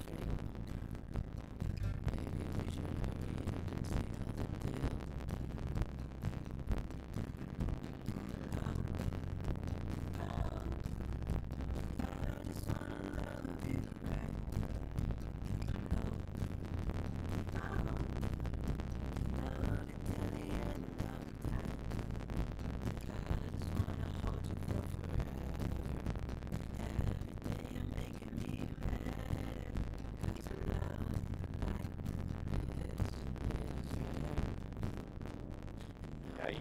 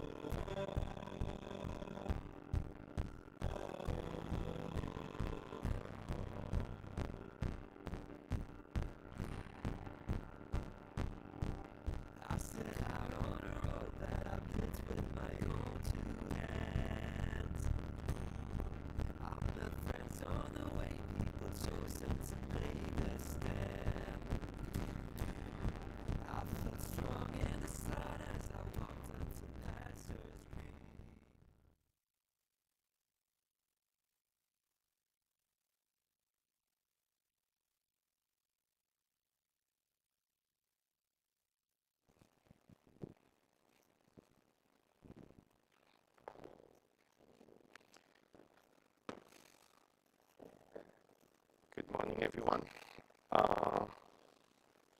Welcome to the City Case Study session of Latin America and the Caribbean. My name is Gonzalo Lobo. I'm the Vice President for Regional Relations at IAPAC, and we are fortunate to have here with us today, on my right side, Alicia Roth, the medical officer at Kingston and Andrew Health Department, and then with us online will also be Claudia Velasquez, the UNAIDS Country Director for Brazil, and also Fabian Portnoy, the Director of the Department of the Response to HIV, STI, viral hepatitis of the city of Buenos Aires. Unfortunately, Taki,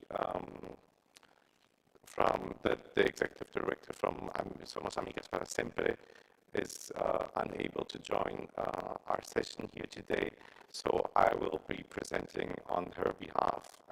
You will also have her email there, and feel free to reach out should you have any further questions. With no further ado, I will pass it on to Dr. Alicia. The floor is yours. Thank you.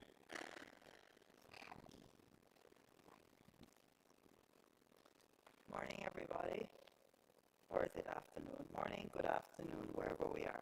So I'm going to show Kingston and St. Andrew in the context of Jamaica. So Jamaica is an island located in the Caribbean Sea. It's the largest English-speaking country and the third largest island in the Caribbean. It's located south of Cuba, west of Hispaniola, and it's approximately 4,240 square miles in area. So I mean, I say that in context, so this is what our country looks like, and the city of Kingston and St. Andrew is, okay, I'm trying to figure out the pointer.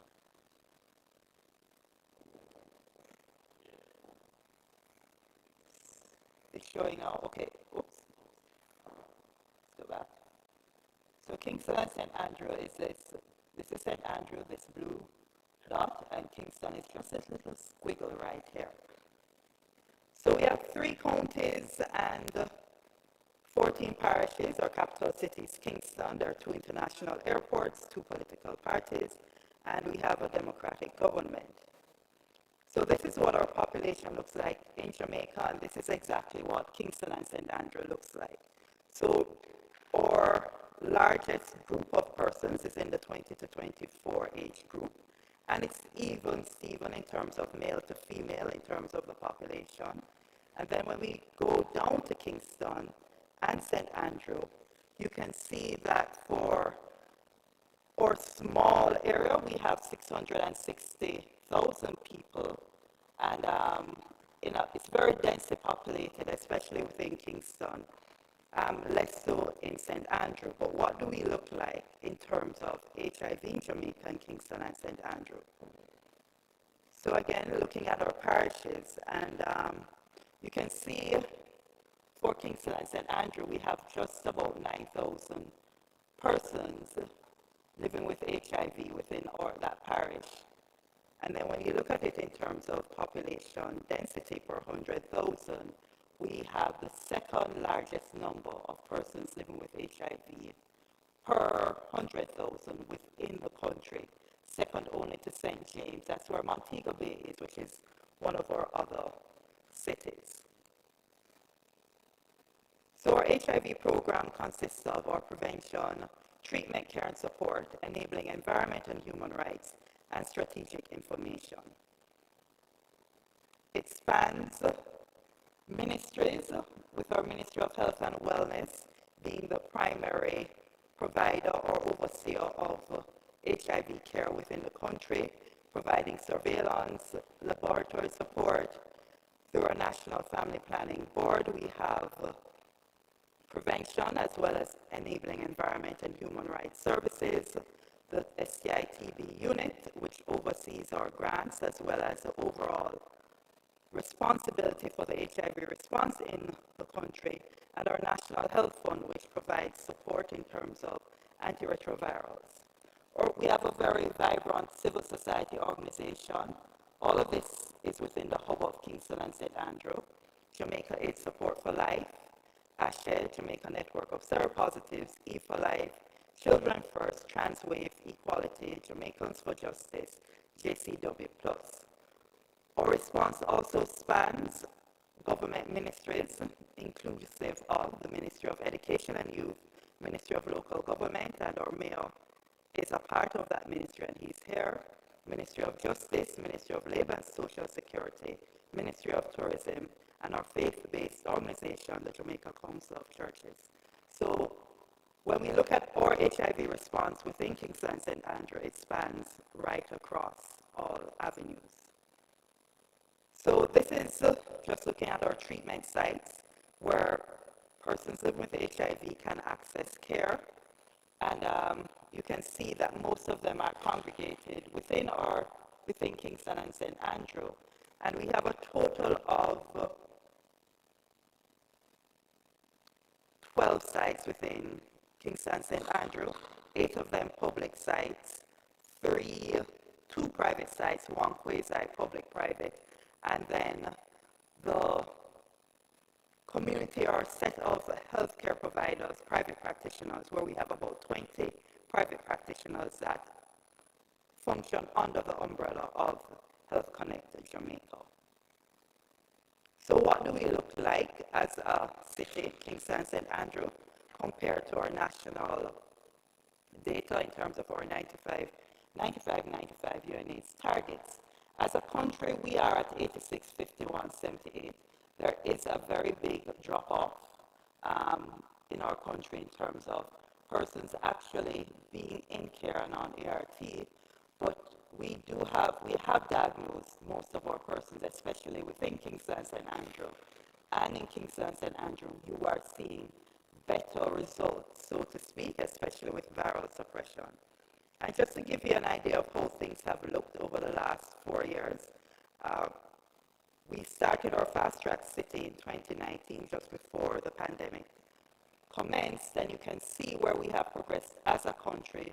During the pandemic, we did have a small fall off, but we have seen significant gains at the end of 2021, where our viral suppression rate has increased, as well as our persons living with HIV who are on ART. So with that, what are we doing? So I'm just going to show a set of pictures.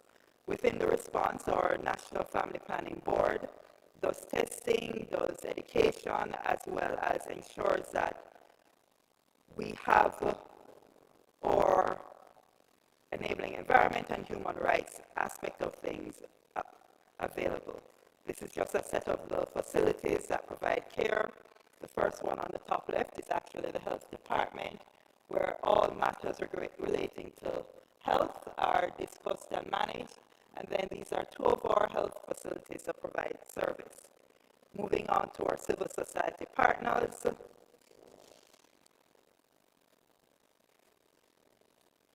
And this is Jamoki as as the head of the Jamaica Network of Seropositives. In last year, December 1, the municipality of Kingston and St. Andrew declared the city from that day forward will be celebrating or acknowledging World AIDS Day and will be celebrating it as a city.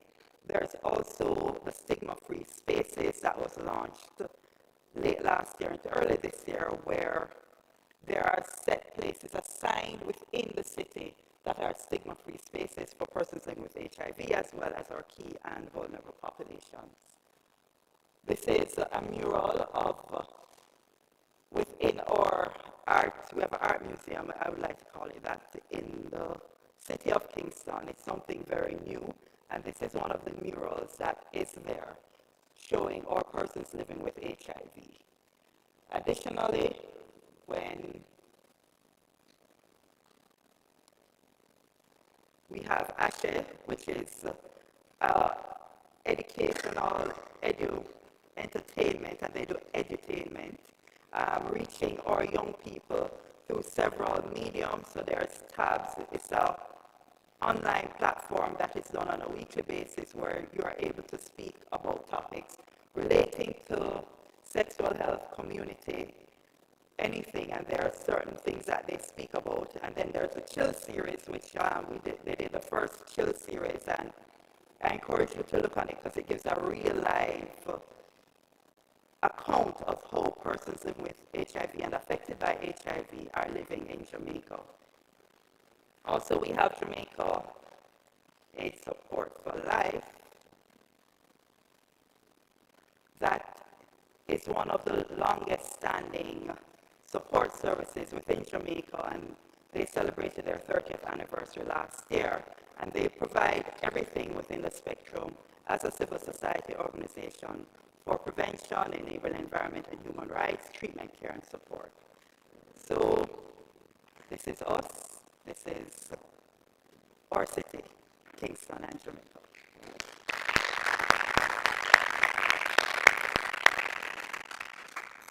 Thank you, Dr. Alicia. Definitely food for thoughts, especially on the drop-off from screening to linkage to care.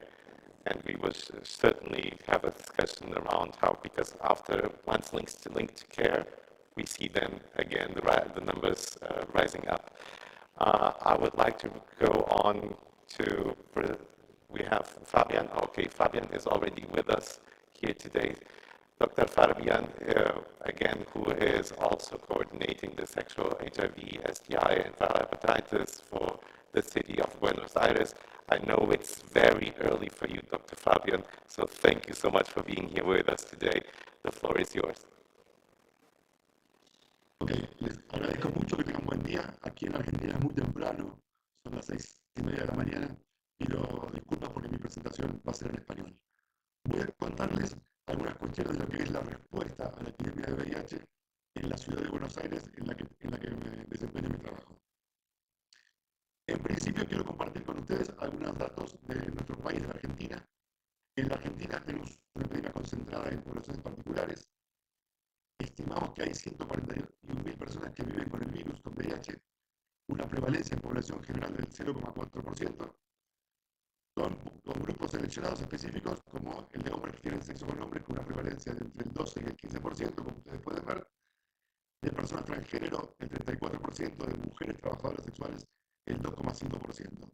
En la cascada de cuidados de nuestro país, calculamos que el 83% de las personas que viven con VIH tienen su diagnóstico hecho, el 75% están en terapia antirretroviral y de ellas el 75% tienen carga viral suprimida o carga viral indetectable. Voy a pasar a la siguiente. Como vemos, la infección por VIH continúa siendo una epidemia concentrada en poblaciones vulnerables, con una predominancia en varones que tienen sexo con varones y en adultos jóvenes. Ustedes pueden ver el cuadro de la izquierda, que habla del porcentaje de diagnóstico tardío en varones. La columna de la izquierda amarilla habla de varones que tienen sexo con varones.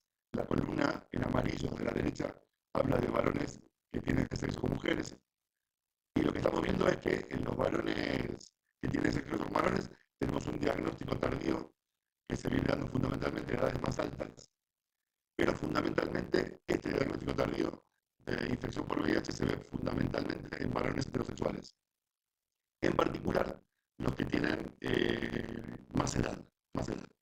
En la columna de la derecha vemos la vía de transmisión por los mismos grupos etarios y lo que vemos es una predominancia muy grande de las relaciones sexuales de varones con varones como forma de transmisión y vemos que en los grupos más jóvenes la predominancia es mucho más alta. Insisto, tenemos una epidemia concentrada en poblaciones vulnerables, una predominancia en particular de hombres que tienen sexo con varones y como podemos ver en adultos jóvenes, en varones de poca edad. Solo como marco, plantea que en la Argentina la estructura del sistema de salud se puede dividir en tres subsistemas: el sistema público de salud, que es universal, que es gratuito, en el que se atiende exclusivamente casi el 40% de la población de nuestro país; el sistema de la seguridad social, o las obras sociales, como lo llamamos nosotros, donde se atienden las personas que tienen trabajo estable, que tienen trabajo en blanco, decimos nosotros, que se sostiene con los aportes de empleados y empleadores. En estos subsistemas se atiende el 50% de la población argentina, y el sistema de seguridad privada, donde se atiende el 10% de la población. En cualquiera de los tres subsistemas, por supuesto, la atención es gratuita, es universal y todos tienen derecho a acceder a todos los medios de cuidado, en este caso a testeo, a medicación antirretroviral y a otro tipo de elementos de la prevención combinada. En los tres subsistemas, el sistema público recibe en cuidados y en entrega de medicación antirretroviral al 65% de las personas que viven con VIH en nuestro país. Les estoy mostrando algunos documentos de los últimos tiempos que ha diseñado el Programa Nacional de la Dirección Nacional de VIH y SIDA. Hay un interés particular en ir hacia esquemas de tratamiento que migren hacia el uso de inhibidores de la integrasa. En esa transición, basado fundamentalmente en dolutegravir, ya llegamos a más del 60% de las personas en Argentina que están con esquemas sobre la base de dolutegravir. Apostamos a un inicio rápido de terapia antirretroviral, inclusive en el mismo día y en los sitios de cuidado y de diagnóstico. Y en la Argentina hay un proceso de escalamiento, de crecimiento de la implementación de PrEP y de PEP que iré marcando más adelante. Hay una cantidad enorme de ciudades en nuestro país que han adherido a la Declaración de París. Ahí listamos algunas en particular. La primera ha sido la ciudad en la que yo trabajo, la ciudad de Buenos Aires. de lo que vamos a hablar ahora justamente de la ciudad de Buenos Aires. Algunos datos demográficos de la ciudad de Buenos Aires. Habitan 3 millones de personas en la ciudad de Buenos Aires. Esto es lo que decimos es la población de noche, la población que duerme en la ciudad durante el día. Hay aproximadamente 8 millones de personas que trabajan, que van del conurbano del área metropolitana de Buenos Aires a trabajar a la ciudad de Buenos Aires. Como en las grandes ciudades latinoamericanas coexisten en el territorio de la ciudad sectores de ingresos altos y medios con barriadas populares, con niveles importantes de pobreza y de marginalidad.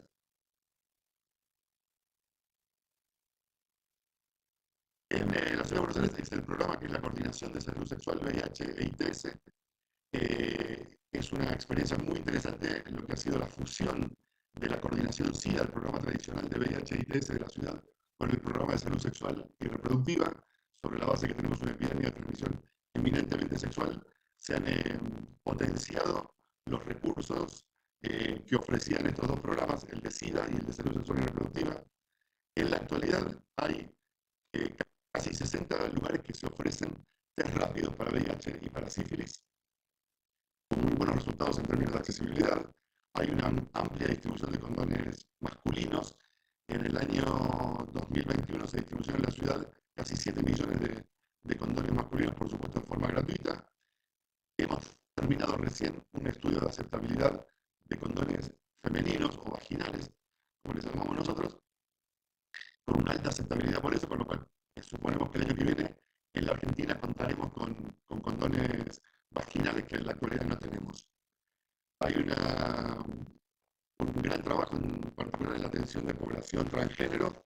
Hay aproximadamente 2.300 personas que están recibiendo terapias hormonales. Hemos hecho un trabajo, se está haciendo un trabajo muy interesante en relación a escalar la entrega de PrEP. Actualmente hay en la ciudad de Buenos Aires alrededor de 1.000 usuarios activos de PrEP a partir de un estudio que hemos hecho junto con organizaciones como son la Fundación UEP y hospitales públicos de la ciudad de Buenos Aires. Y estamos en pleno proceso de expansión en los centros de atención primaria de la descentralización, no solo del diagnóstico que ya lo tenemos, sino también de la posibilidad de entregar medicación antirretroviral en los centros de atención primaria de la salud.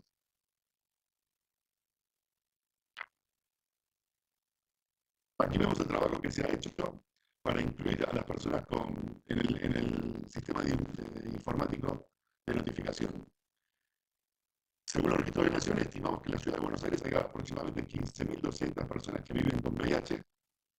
Han sido notificadas al Programa Nacional de Seguimiento alrededor de 14.600, o sea, la gran mayoría de las personas que hemos identificado, pero vemos que están en terapia antirretroviral un número mayor de personas, 15.000 personas.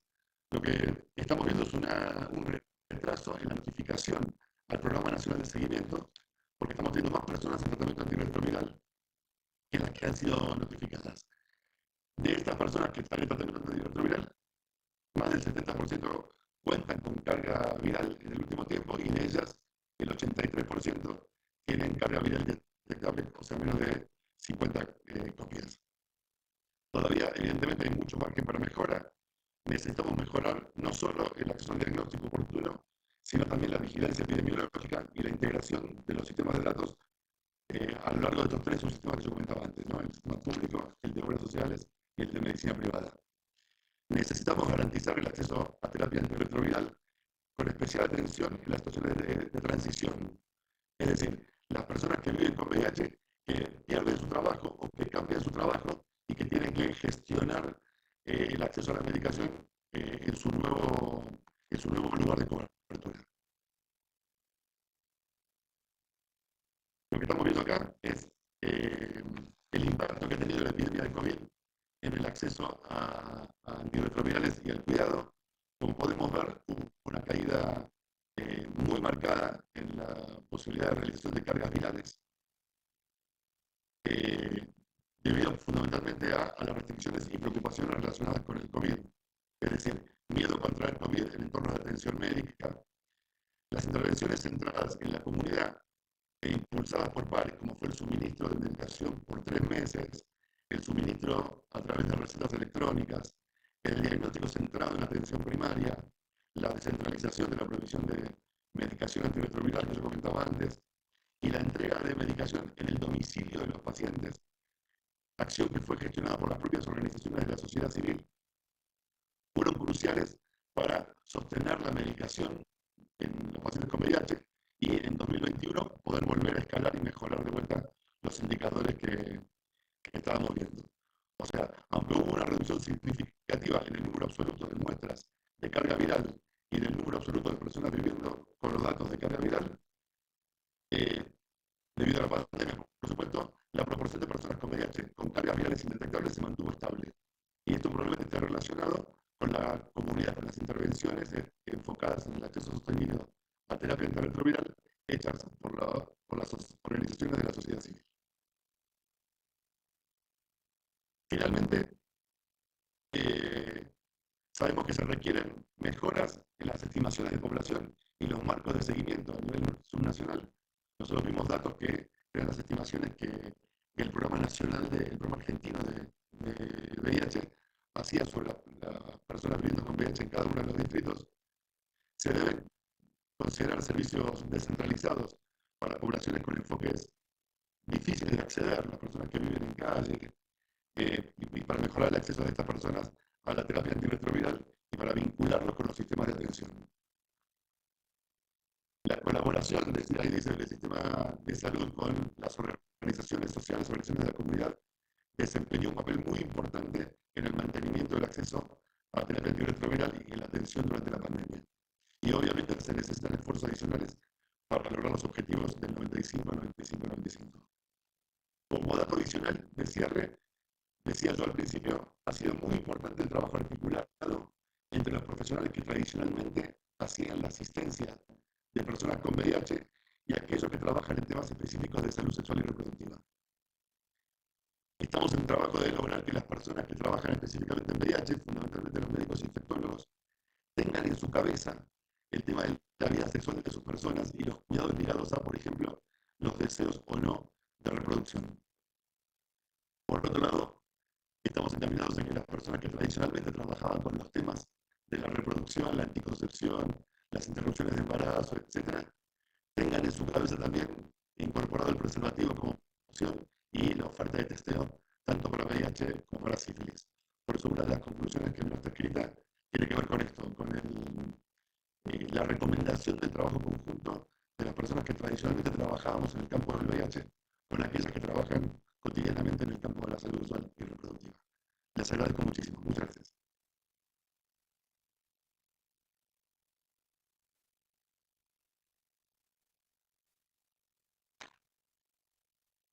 To discuss a little bit further what this actually means in terms of collaboration between community-based organizations and the actual communities and also the healthcare systems.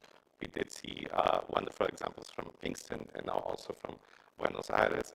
I will take now the lead to present on behalf of Callao and also Lima. Again, only stepping in, so bear with me on this.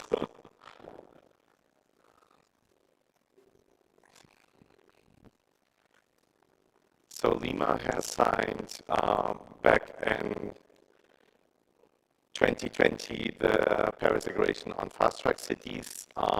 Since then, they have the estimation of having 87,000 people living with HIV in Lima or greater metropolitan area of Lima.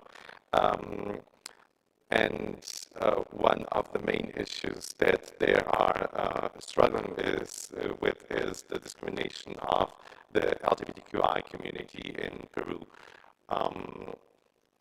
One of the spokesperson from Peru is Taki Robles, and she is a trans woman also living with HIV and executive director of Amigas para Siempre. Next slide, please. Oh, I have to, sorry. Thank you, Dr. Alicia. So Amigas para Siempre is a civil society organization and that fights for human rights and for specifically for the human rights of trans women. They are a national-based Peru organization who are also based in Callao, near a city nearby Lima. And their mission is to promote the inclusive and respectful state of human rights to build up a more solidarity and respectful society in Peru for trans women.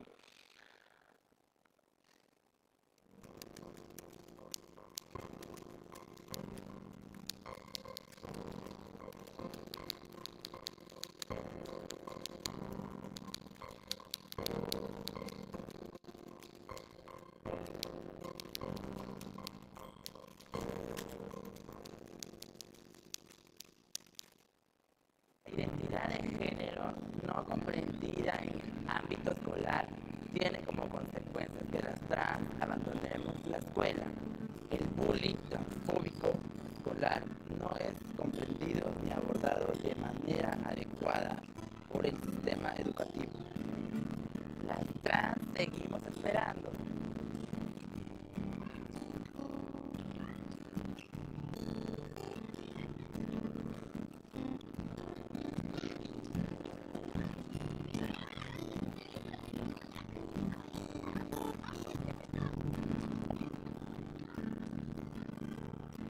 Las políticas laborales no tienen un respeto a la diversidad y la expresión de género. Esto no nos permite ingresar a puestos de trabajo. Las mujeres trans también necesitamos que las políticas públicas tengan un enfoque de igualdad a todo nivel y desde todo enfoque. Las mujeres trans hemos sido relegadas y forzadas a tener el trabajo sexual como medio para subsistir. Las oportunidades laborales para nosotras son escasas o nulas.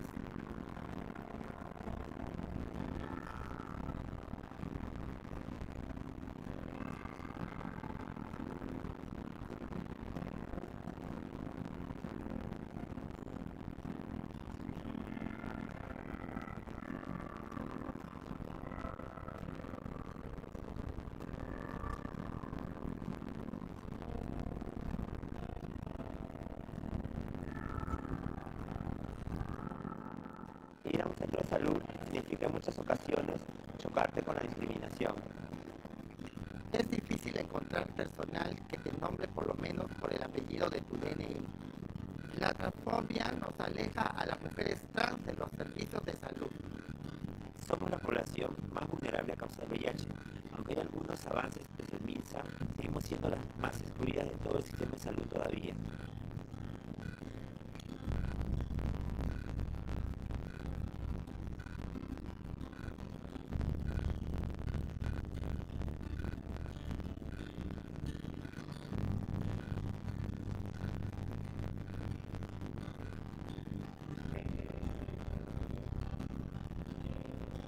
Las mujeres trans tenemos menores posibilidades de acceder a derechos en diversas áreas, debido a una sociedad que nos oprime y limita las oportunidades.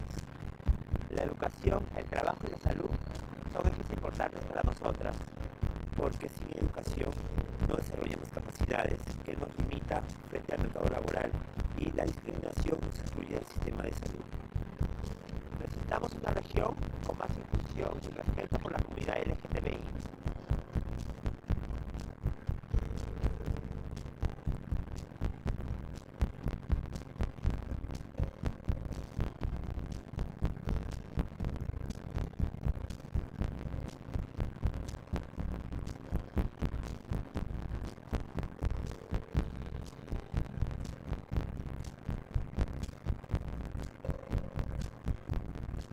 Nosotras nos sentimos y nos amamos como somos. Necesitamos acceso a la ciudadanía.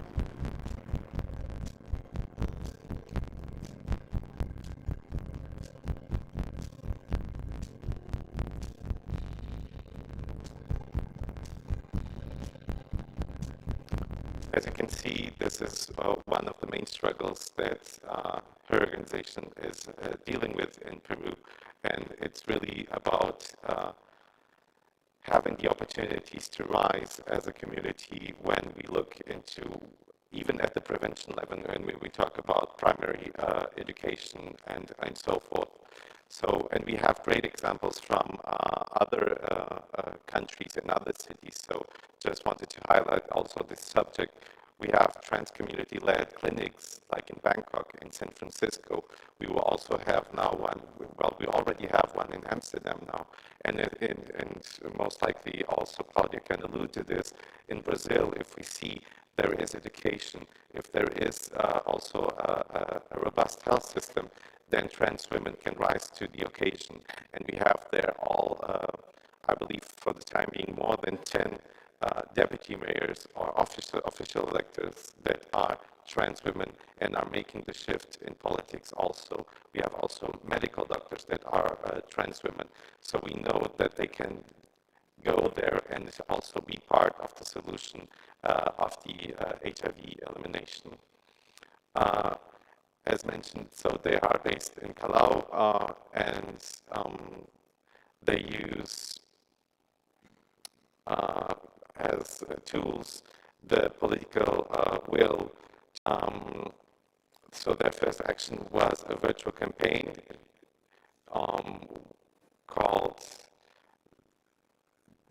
that called up on regional governments to end discrimination against LGBTQI community. And they made this visual through their social networks and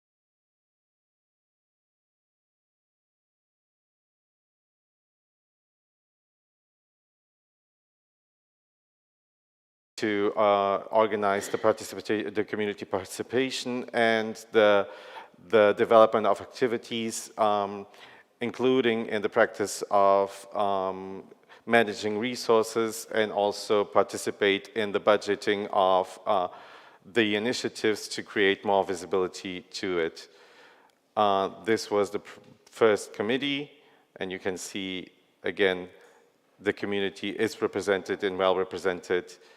And if, again, I'm not the best person to be here, and it's a shame that Taki couldn't be here with us today, but feel free to reach out to her so you can have a better insight on the project. Thank you.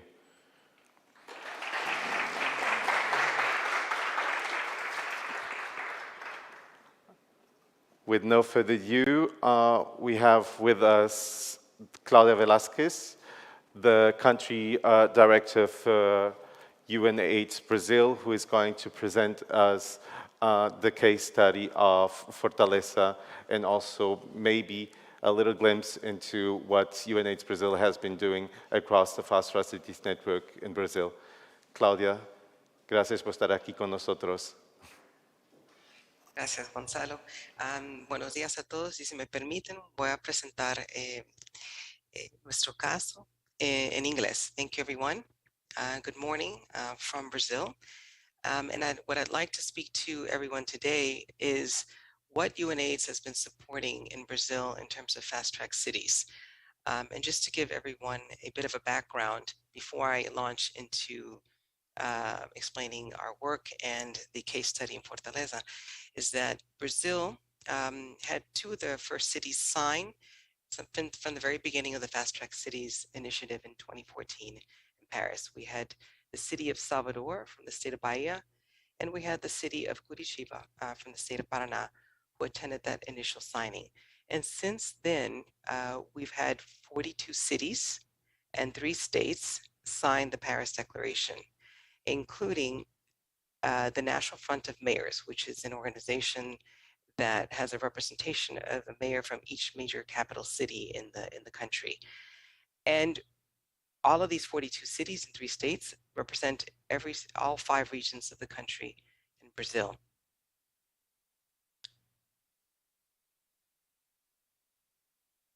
So to explain what we're talking about in terms of our Fast Track City strategy in Brazil, we launched an initiative at the end of last year, beginning of this year, that's continued on till December.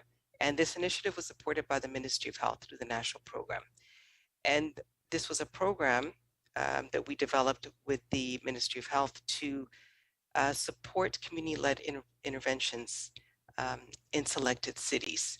And the idea behind this was to demonstrate the contribution that a community-led organization can have to the local response. And to do this, the Ministry of Health, along with UNAIDS and others, we reviewed a number of cities, looked at their data, and we selected 15 fast-track cities. And these 15 cities are among those 42 that I mentioned. These were cities that were selected due to their high HIV incidence, high AIDS-related mortality, and also challenges in the quality of services. And by quality of services, I meant from more of the management perspective and implementation perspective. These 5 community-led organizations that were selected in the end to participate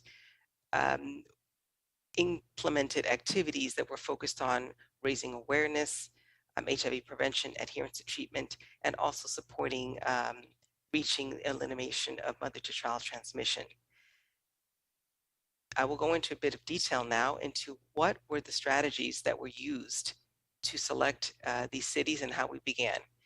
But let me start by saying that before we got into selecting or looking at the data to select these 5 particular cities, or these 15 fast-track cities, UNAIDS, along with the Ministry of Health and the national program, set up virtual meetings with each of the mayor's offices to obtain their buy-in and to explain this project so that they would understand what we were going to implement, and that this project required not just the participation of the mayor's office and the municipal health secretariat, but also that we needed the participation of civil society, legislature, and any partner on the ground. So this was a joint effort, and we brought the mayors on board. We had agreement from the very beginning. After this initial call, the first step that we took to determine these 15 cities was to review the data that was available. This was done in collaboration with the national program, and through their various information systems, we pulled information that looked at AIDS cases, AIDS detection, which I guess could be aligned with HIV testing rates. And we looked also at, we analyzed the data that was produced by a group called Qualiaides. And this group, it's basically a survey that's implemented throughout the country, and there's a series of experts from academics who analyze this data. And this data looks at, as I mentioned before, the quality of services. And fortunately, at the time that we were analyzing the data on AIDS detection rate and mortality, we also had a recent survey that had been completed on quality. So we had a full picture of what was happening in these 15 cities. Right now, the data that you're seeing on screen is for the city of Fortaleza, which I will explain as the example in the end, at how one of the things that we observed was a slight rise in AIDS mortality. And we'll get to the details as to why this happened and what happened next. Before we began, after the analysis, I should say, we brought on board another partner from the UN, UNOPS, which is the United Nations Operations Project Services Group. And this group supported us in conducting a project management and proposal development workshop for community-led organizations, civil society organizations, community-based organizations.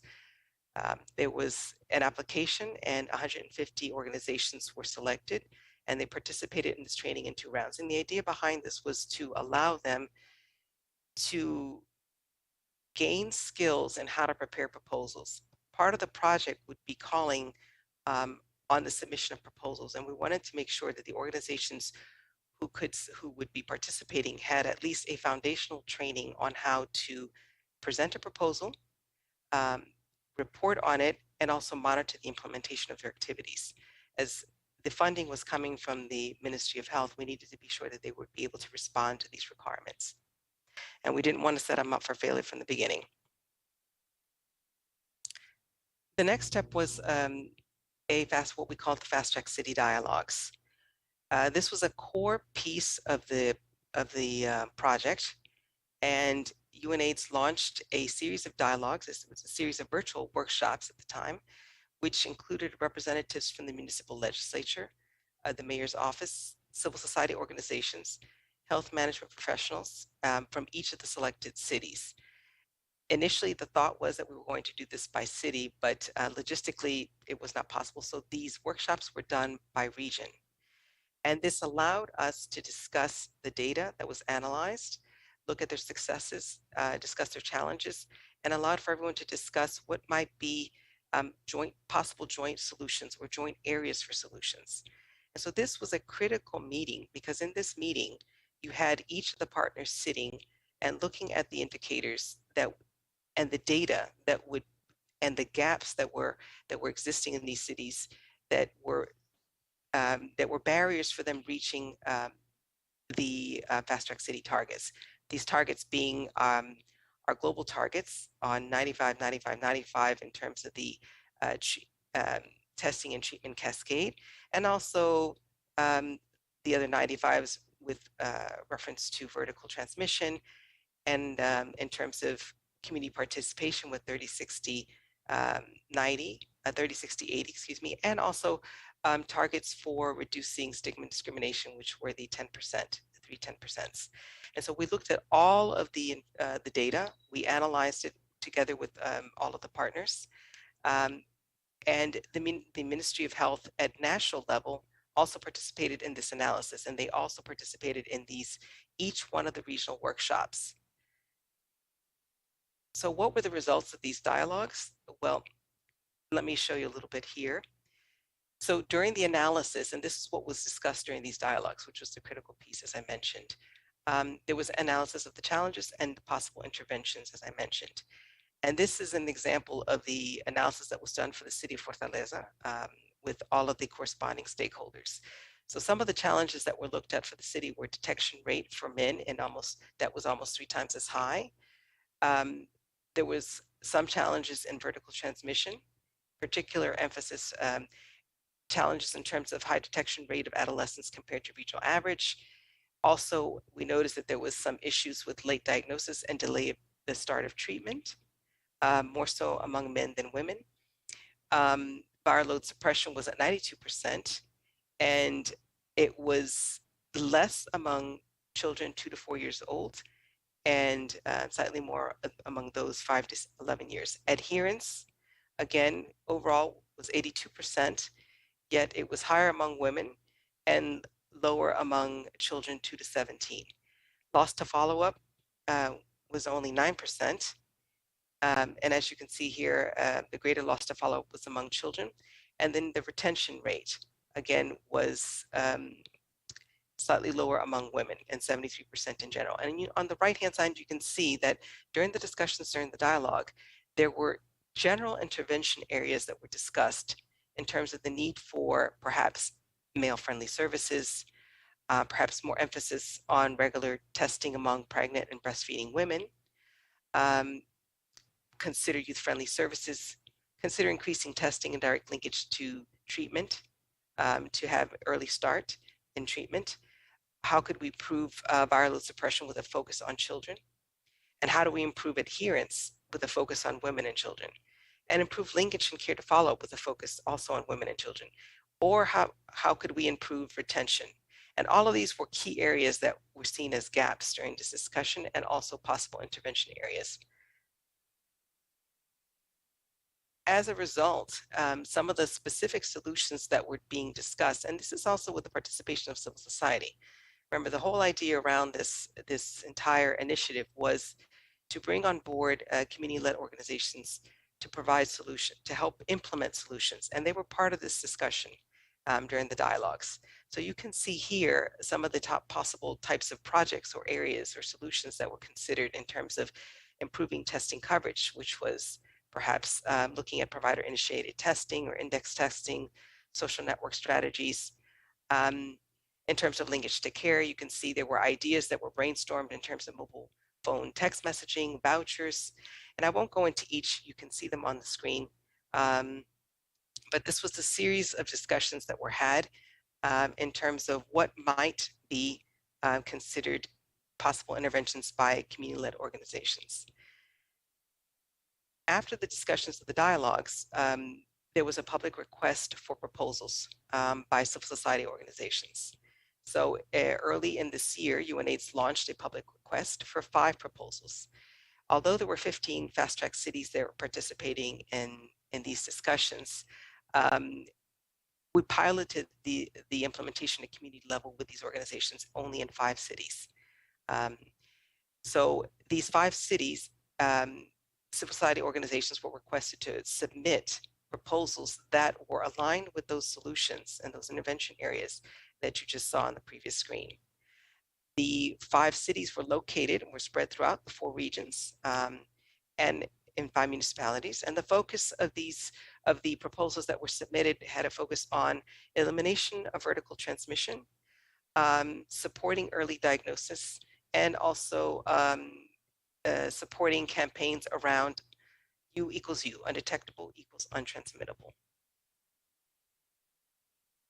When I should mention that when these proposals were submitted, there was a review process that was conducted between UNAIDS, the Ministry of Health, with also an endorsement by the stakeholders at the municipal level, and those would be the Municipal Health Secretariat. And I also should add that during the dialogues, and as part of the stakeholders that were participating, we had the participation of the legislature. And what I mean by legislature is that we had people from the municipal level Congress or state level Congress and the municipal level Congress, excuse me. And the reason why these legislative representatives were participating is because they hold the key in terms of approving the municipal health strategy and the budget. And it was critical for the city to be able to have these people participate in a dialogue and understand where the gaps were and be part of the solution, and also see, what kind of support could be given at the community level. So here I'd like to dive into the example. This is the example from the city of Fortaleza, which is in the state of Ceará. And the focus of their proposal was on adherence to antiretroviral treatment to achieve undetectable equals untransmittable, and also distribution of food baskets. The idea behind this project by this organization was to implement a project that not only looked at the need for improving U equals U, but also go beyond the biomedical and demonstrate to the community that the quality of their lives also mattered. And so the aspect of social protection by the distribution of food baskets was also added. This U equals U was the project that was presented because, as you remember, there was a slight rise in mortality. And one of the areas that they were looking at is how do we improve adherence to treatment? And how do we improve early initiation of treatment? Since this was one of the gaps that was identified. And the object was to produce, the specific objective of their proposal was to produce campaigns for people living with HIV that had this focus on U equals U, and also that component of social protection. And you can see that The organization was involved in developing the printed material. They designed the strategy on where they would visit and what communities it would visit. And during this process, the UNAIDS team accompanied these organizations, not just Fortaleza, but all 5 organizations during their implementation. And by this, I meant that UNAIDS was on standby to ensure if they had any issues in terms of printing the material or re-engaging back with the municipal health secretariat. But directly at the municipal level, the engagement was between the community organization and the municipality. And one of the key aspects, as I've already mentioned, was engaging the public health services. So this project linked specifically to the UNAIDS targets, or the global targets, I should say, and also the national targets to achieve 95% of people living with HIV on viral suppression. And it was critical because not just the public health secretariat was involved, but the staff in the clinics were also involved in this project. They were made aware that this was taking place, and so that they would be supporting from the end of services, from the service end. The other aspect was improving the management through shared decision making. So the project mobilized, as I mentioned before, representatives from the municipal legislature, the mayor's office, civil society organizations, and the municipal health management. And the immediate results that we're seeing so far, I should say the project is still ongoing, was a workshop for 120 people living with HIV and vulnerable to HIV, and their participation in the health management and legislators. The same representatives from the people living with HIV participated in those initial dialogues. There were 300 food baskets that were distributed to almost 300 families of people living with HIV. And there were 10 community leaders of people living with HIV who were trained on how to communicate on U equals U. And these 10 community leaders were then to replicate these messages throughout the community. The community areas were segmented, and they were sent to the most marginalized areas. And people living with HIV in their community knew where they were going to spread their messages. They used about 3,000 prevention booklets that they distributed. And there were 2,000 bus passes that granted free transportation, public transportation to people living with HIV so that they could reach the clinics. This was part of the support provided by the municipal health management as part of these activities, or as part of this project, I should say. So in the words of our local legislature, this is a quote from Larissa Gaspar, who's the counselor of the Municipal Council of Fortaleza, where she said, "It is not enough for the executive power to make efforts to implement and maintain policies for assistance and prevention to face HIV.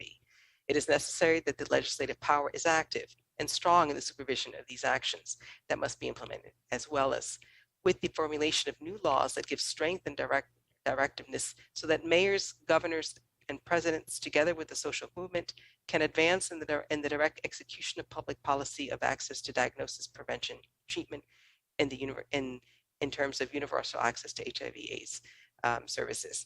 And the idea behind her message is that the legislative branch is critical, not only in ensuring that services are implemented with high quality, but also that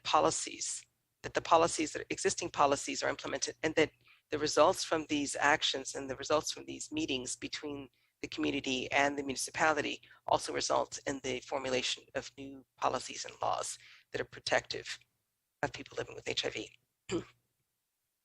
In the words of someone from our municipal health secretariat, Marcos C. Paiva, who's the coordinator of the STI AIDS Municipal Health Secretariat, he says, "I believe that we're still far from reaching an ideal level where there is less need to reinforce these actions on a daily basis. But we're moving one step at a time in the direction through constant and well-structured actions." The idea here is that we should not have to reinforce the need for community-led actions, but they're headed in the right direction. And that by their engagement with these organizations, they're also on their side learning how to include these groups and how to work jointly with them to reach the community. And finally, in the words of civil society, a representative, Vando Oliveira, who's a representative of the National Network of People Living with HIV for the state of Ceará, which is the state in which Fortaleza is the capital city.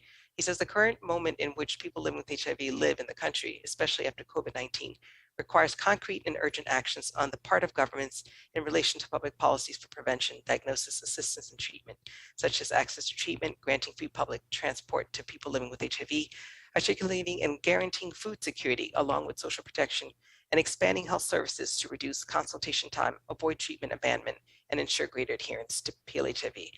And as I meant, Vando here is reiterating what I mentioned before. It's the need to go beyond biomedical services and also ensure that it's also includes policies and includes social protection for people living with HIV, because this coupled with services will support adherence.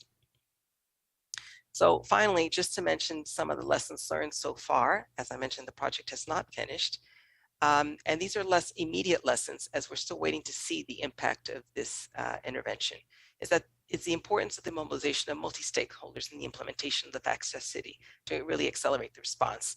It really, the lesson here was the participation of each stakeholder and their contribution to creating, to identifying these gaps together and in creating these joint solutions. It was the commitment by local leadership in terms of the Municipal Health Secretariat and ensuring that the municipal health was involved and supporting and providing the public bus transports, but it was also making sure that funding is available for work at the community level and for these organizations. Although the funding was provided at national level as a pilot, the hope that the participation of legislature will lead to budgeting so that these organizations can access funding and also continue to submit proposals for work at the community. The direct involvement in community-led organizations, as I mentioned, was critical, not just for the implementation, but also for creating these solutions and accompaniment of these organizations from the beginning, as I mentioned, from the beginning with training in terms of development of proposals and project oversight, but also during the implementation. And recognition of the contributions made by these organizations by each stakeholder. Often, in the words of these organizations, is that many of the results presented at a national and local level are hidden behind just mere numbers of 95, 95, 95. But behind all of these numbers is a lot of work and a lot of contribution also at the community level that made these results possible. And with that, I thank you for listening to our case study in Brazil, in Fortaleza, Brazil. Thank you.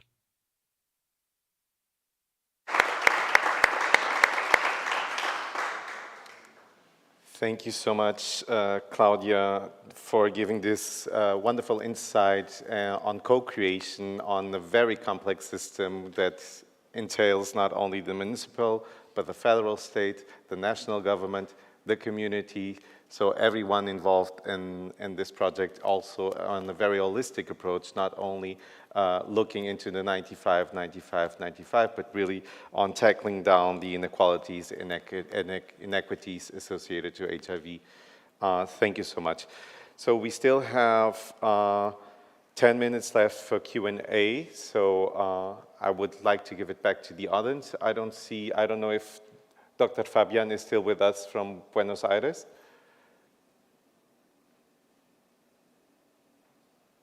No, he's no longer with us, I assume, right? So if you have any questions to pose to Dr. Alicia or to Claudia Velasquez from UNAIDS Brazil.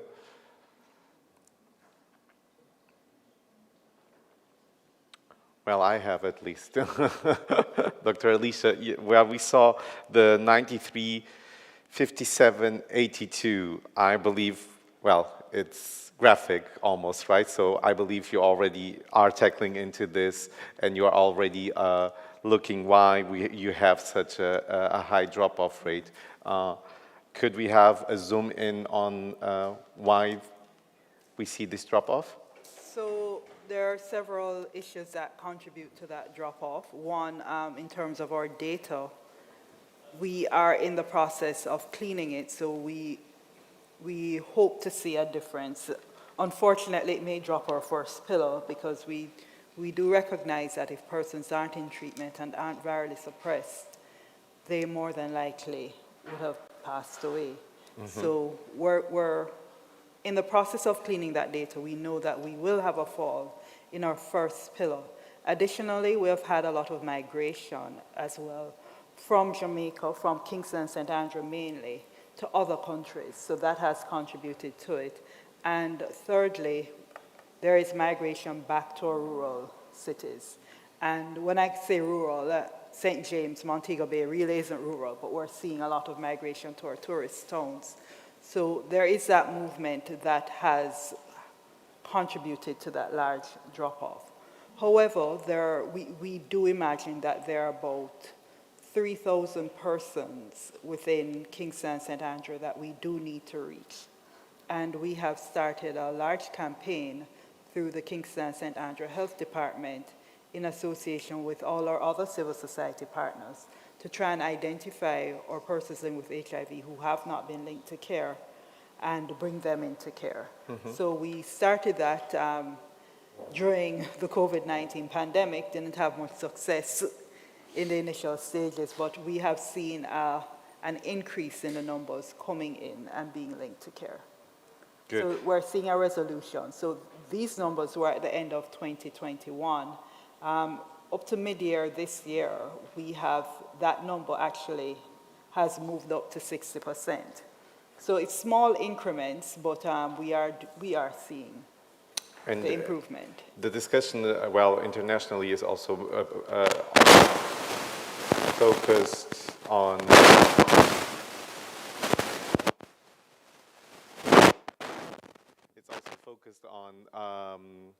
the cutoff point of what we consider drop-off or what we consider a loss to follow-up. So we have, and the time spans goes from the example, from countries where it is only 12 months or 90 days, and it can go up to 15 years. So what are we looking into here in Kingston and St. Andrew?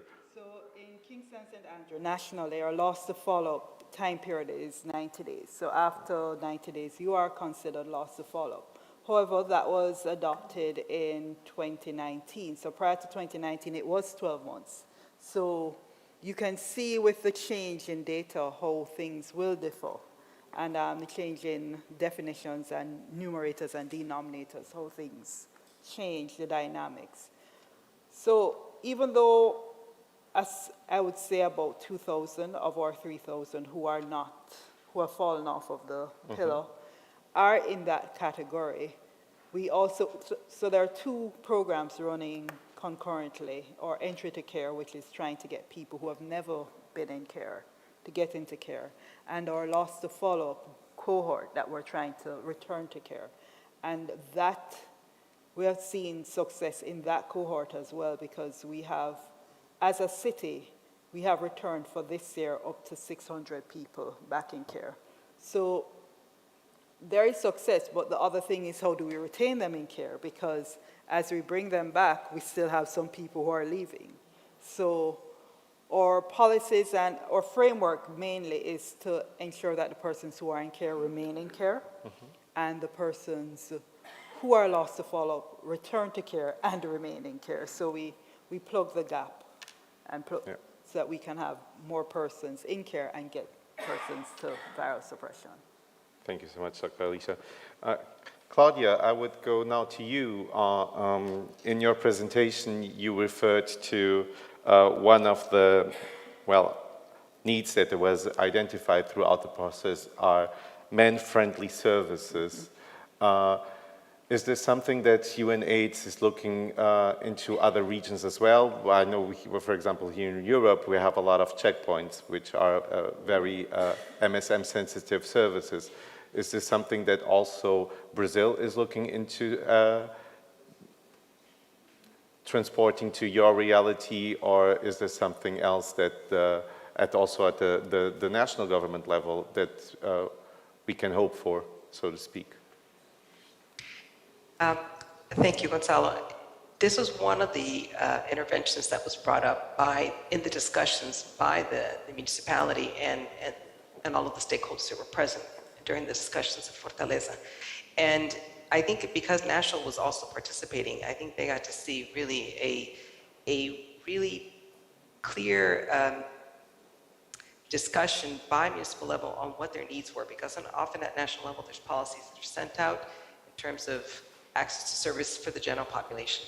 But I think that by breaking it down and looking at not just by sex, gender, but also race was looked at, there were different other areas that were looked at in terms of the analysis, that one of those interventions, male-friendly services, was suggested.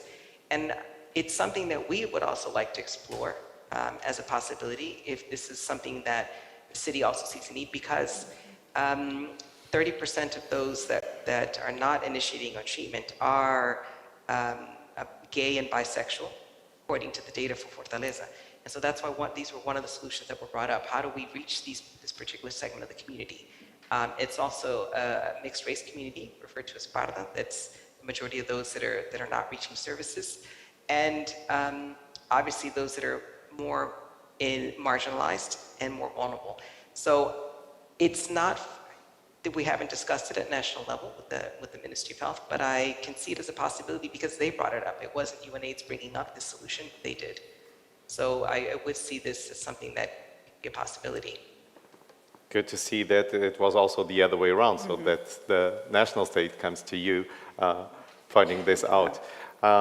Again, back to the audience. Any further questions, comments?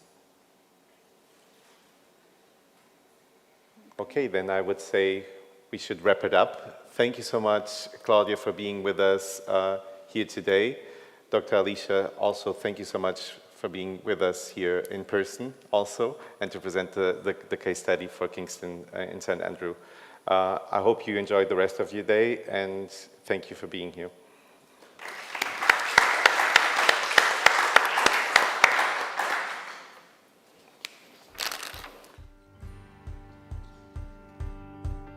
I set out on a road that I built with my own two hands. I met friends on the way, people chosen to make a stand. I felt strong in the sun as I walked onto